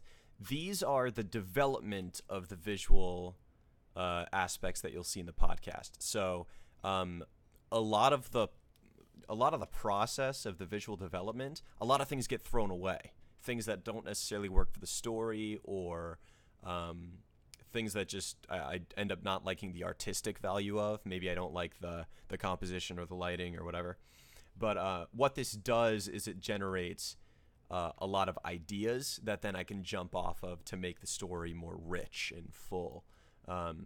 So, for example, this idea down here of in the bottom right of someone stumbling across like essentially a graveyard of people who look like him, who have the same armor, who may have gone through similar situations.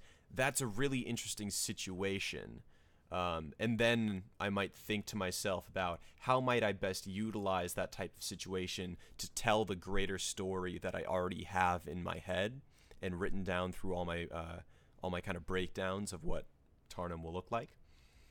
And so while I don't like in this specific exercise, these started with just random shapes. So I didn't have plans as to where they were going to go or what or what types of story they were going to tell.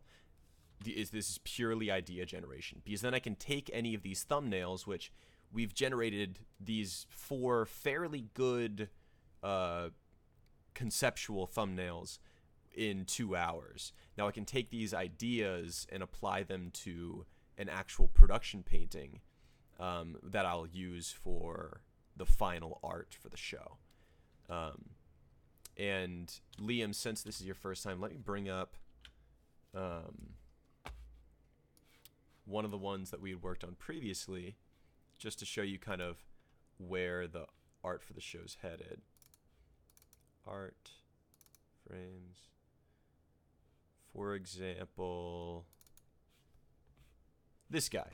So while this guy isn't finished, this certainly gives you an idea for the feel of what the final frames will look like. I'll still detail out the rest of this stuff, but it'll be full color like this, and it'll have that impression of like a feeling that's going on that'll go with the audio, and hopefully it'll make the story a little bit richer. Jump back to these. And obviously our first pass, we completely eliminated this bottom frame. It just wasn't working for me. But that's completely okay. That's one of the big benefits of doing 4 at the same time, is that we don't feel bad about letting this go, because we only spent, what, 20 minutes throwing that down. It doesn't matter if we throw that away or not. I'm going to do a couple of quick level adjustments and try to see how the colors are behaving. For instance, they can get a lot brighter, which might be nice in certain instances. Like this bottom right one, if this light from outside is just completely blown out, that's really interesting, because it gives us a good almost negative space element that's just leading down to Elon, or whoever that character is.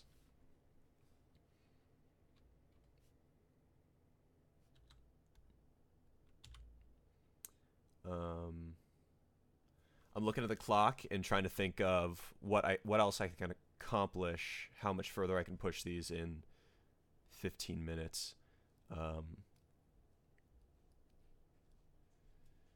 Let's, this bottom right one might be a good one to start playing with the actual design of the helmet once more, which I kind of like these angles that are going into this guy. So let's keep going on that.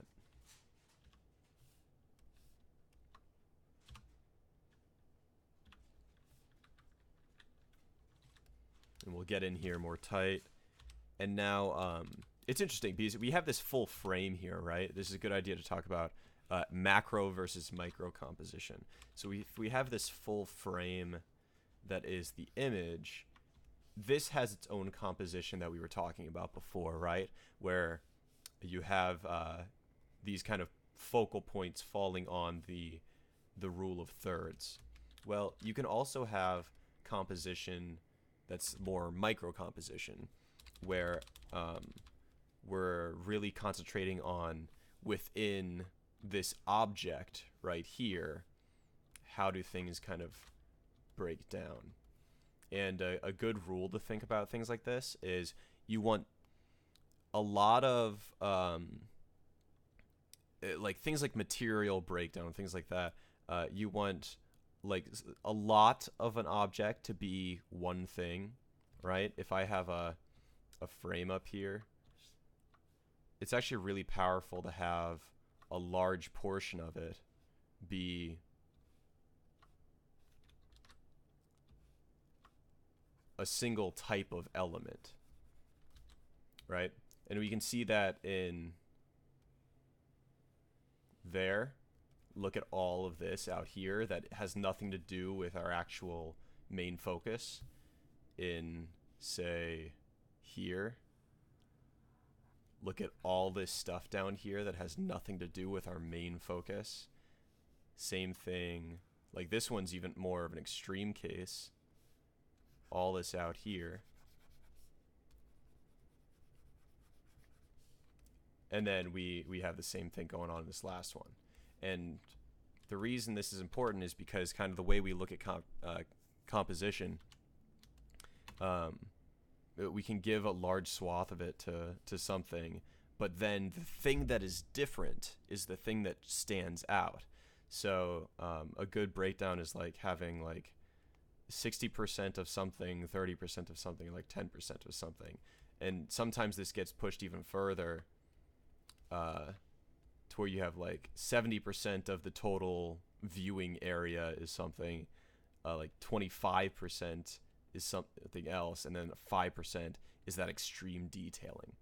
And if this doesn't make sense yet, I'll kind of demo this on the helmet itself. So let me turn off that layer.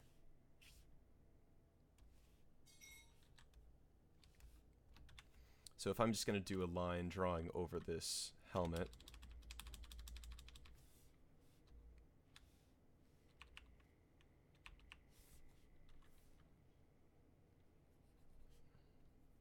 I really like that kind of cut right there.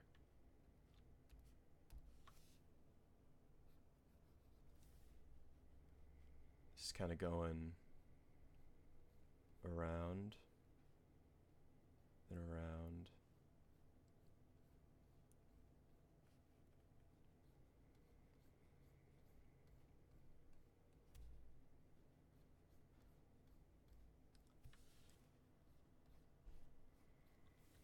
Around again, and let's say one more kind of up here that's going around.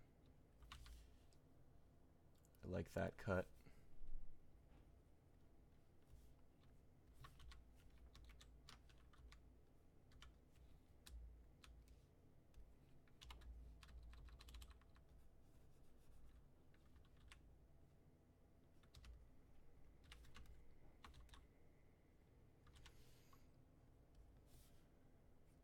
Let's find this basic mouth or jaw line.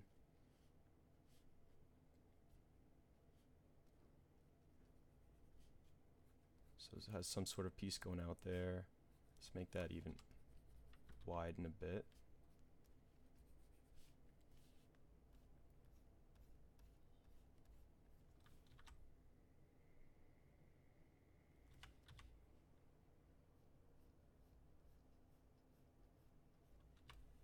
So back to those percentages I was talking about earlier that may or may not have made sense. The big focus of this thing is the visor itself, right? So that's maybe our 60%, and that's going to be that very metallic material that if I throw up the main Tarnum screen real quick, it's like that's the visor color, right? But I really like the idea of it wrapping around to the back of the head to be even more open than the design on the release page we had. So I'll switch back to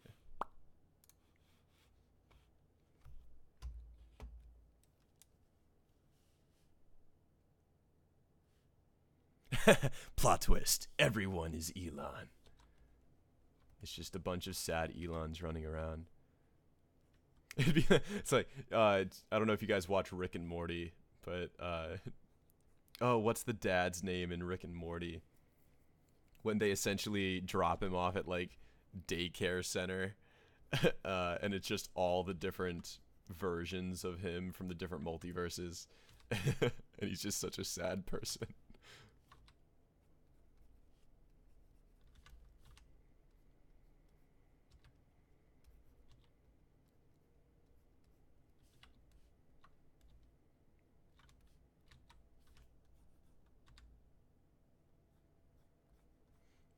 Oh yeah, donuts. I want a donut.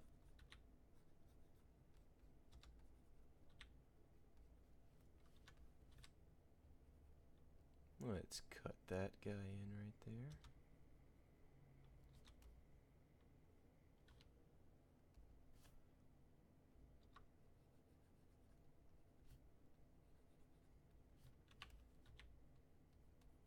Do, do, do, do.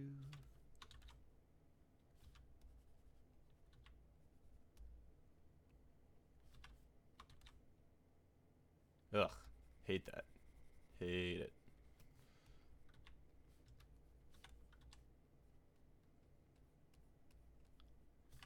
Alright, 7:54. We got 5 minutes left. Some type of...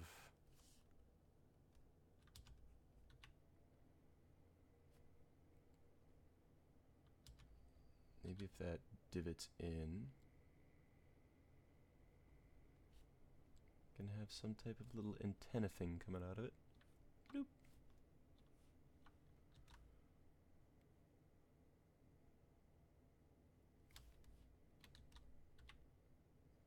Then there's like a secondary layer underneath that. I feel like this guy needs to come out somehow.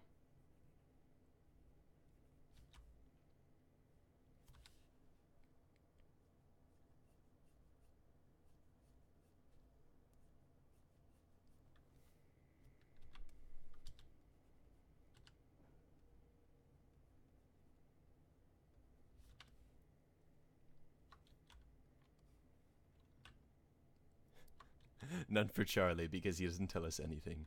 Aww. Oh. Oh, now I'm sad. No, I think I get enough joy from keeping you guys in the dark. You can know nothing.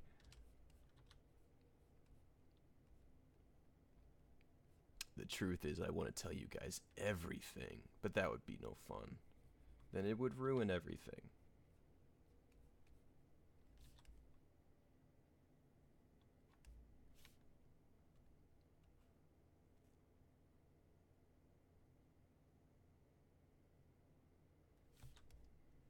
Alright, so you probably can't see it on the stream anymore, but I just made this guy really light. Because I'm going to paint over and put in some of that form.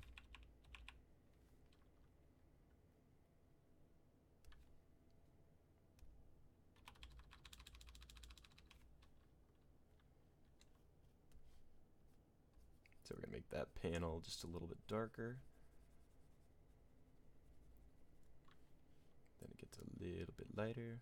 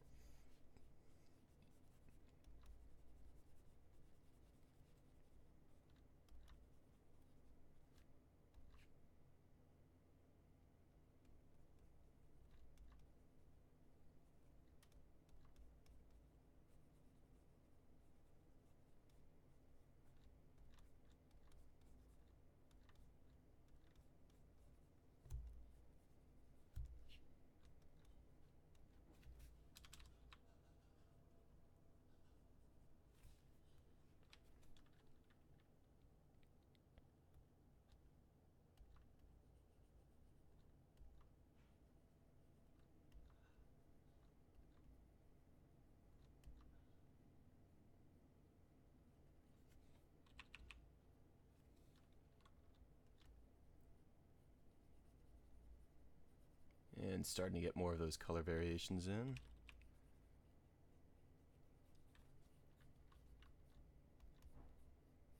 Blend it together with what's already in there.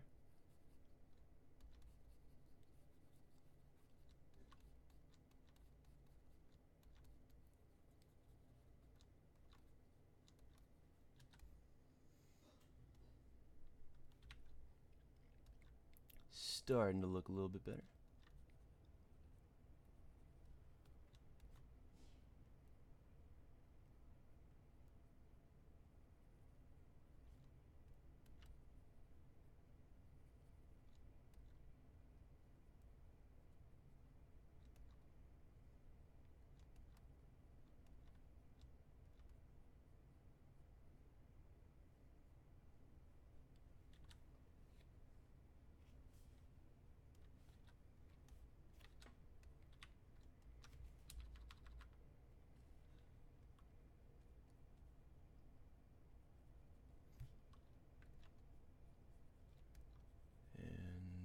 Not quite sure about this chin piece. I'm not loving it.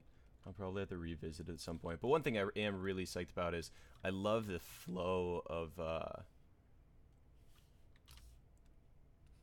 I love the flow of the side of this. I think I'm gonna keep that for moving forward. That looks really cool. It almost feels Halo-ish in a way. Oh no, look at the time. It's closing time.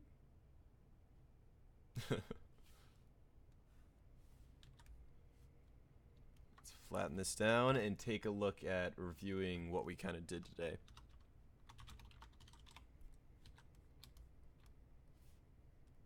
We started with just random shapes and just found cool compositions, you know? And then, you know, we need to refine those based off of things that aren't working. So this first top one, the fact that he was smushed against the bottom of the frame, that wasn't working. So it just took a little fix of bringing everything up and adding in some better lighting, and we can get to images that are nowhere near complete. Yet for 2 hours of work, I have four count them, 4 environments that could easily be, any one of these could be taken and made into a full production painting over the course of a couple of hours of just adding in that detail. And the other thing is, I remember maybe it was last week or the week before, someone was asking, do I like to work in color or black and white? Black and white simplifies things, but color is really going to give you a lot of mood to it. So if you guys are trying to start out doing a lot of these things, I would recommend starting with black and white, working with light, just making sure that you have that feeling of light and where it's hitting and having it work with the composition. And then once you get that, then you can start jumping into just doing color straight off the bat. Tarnum tagline, gotta have that lighting. It's what it's all about, man. It's what it's all about. All right. So we're going to call it there for the day. And we'll pick this up next week. And we'll do some more art. So, by all means, guys, if you guys do your own art, want to get some advice on any of that, like, shoot it on Twitter or Facebook or Tumblr or wherever. And I'll pick it up and make sure I get my eyes on it, and we can talk about it at the next stream. Until then, everyone, I bid thee farewell. I know, Change Queen. I know. Day. It's still not the next day, right, Megan? Anyway, guys, as always, it's been fabulous, and I will see you next time.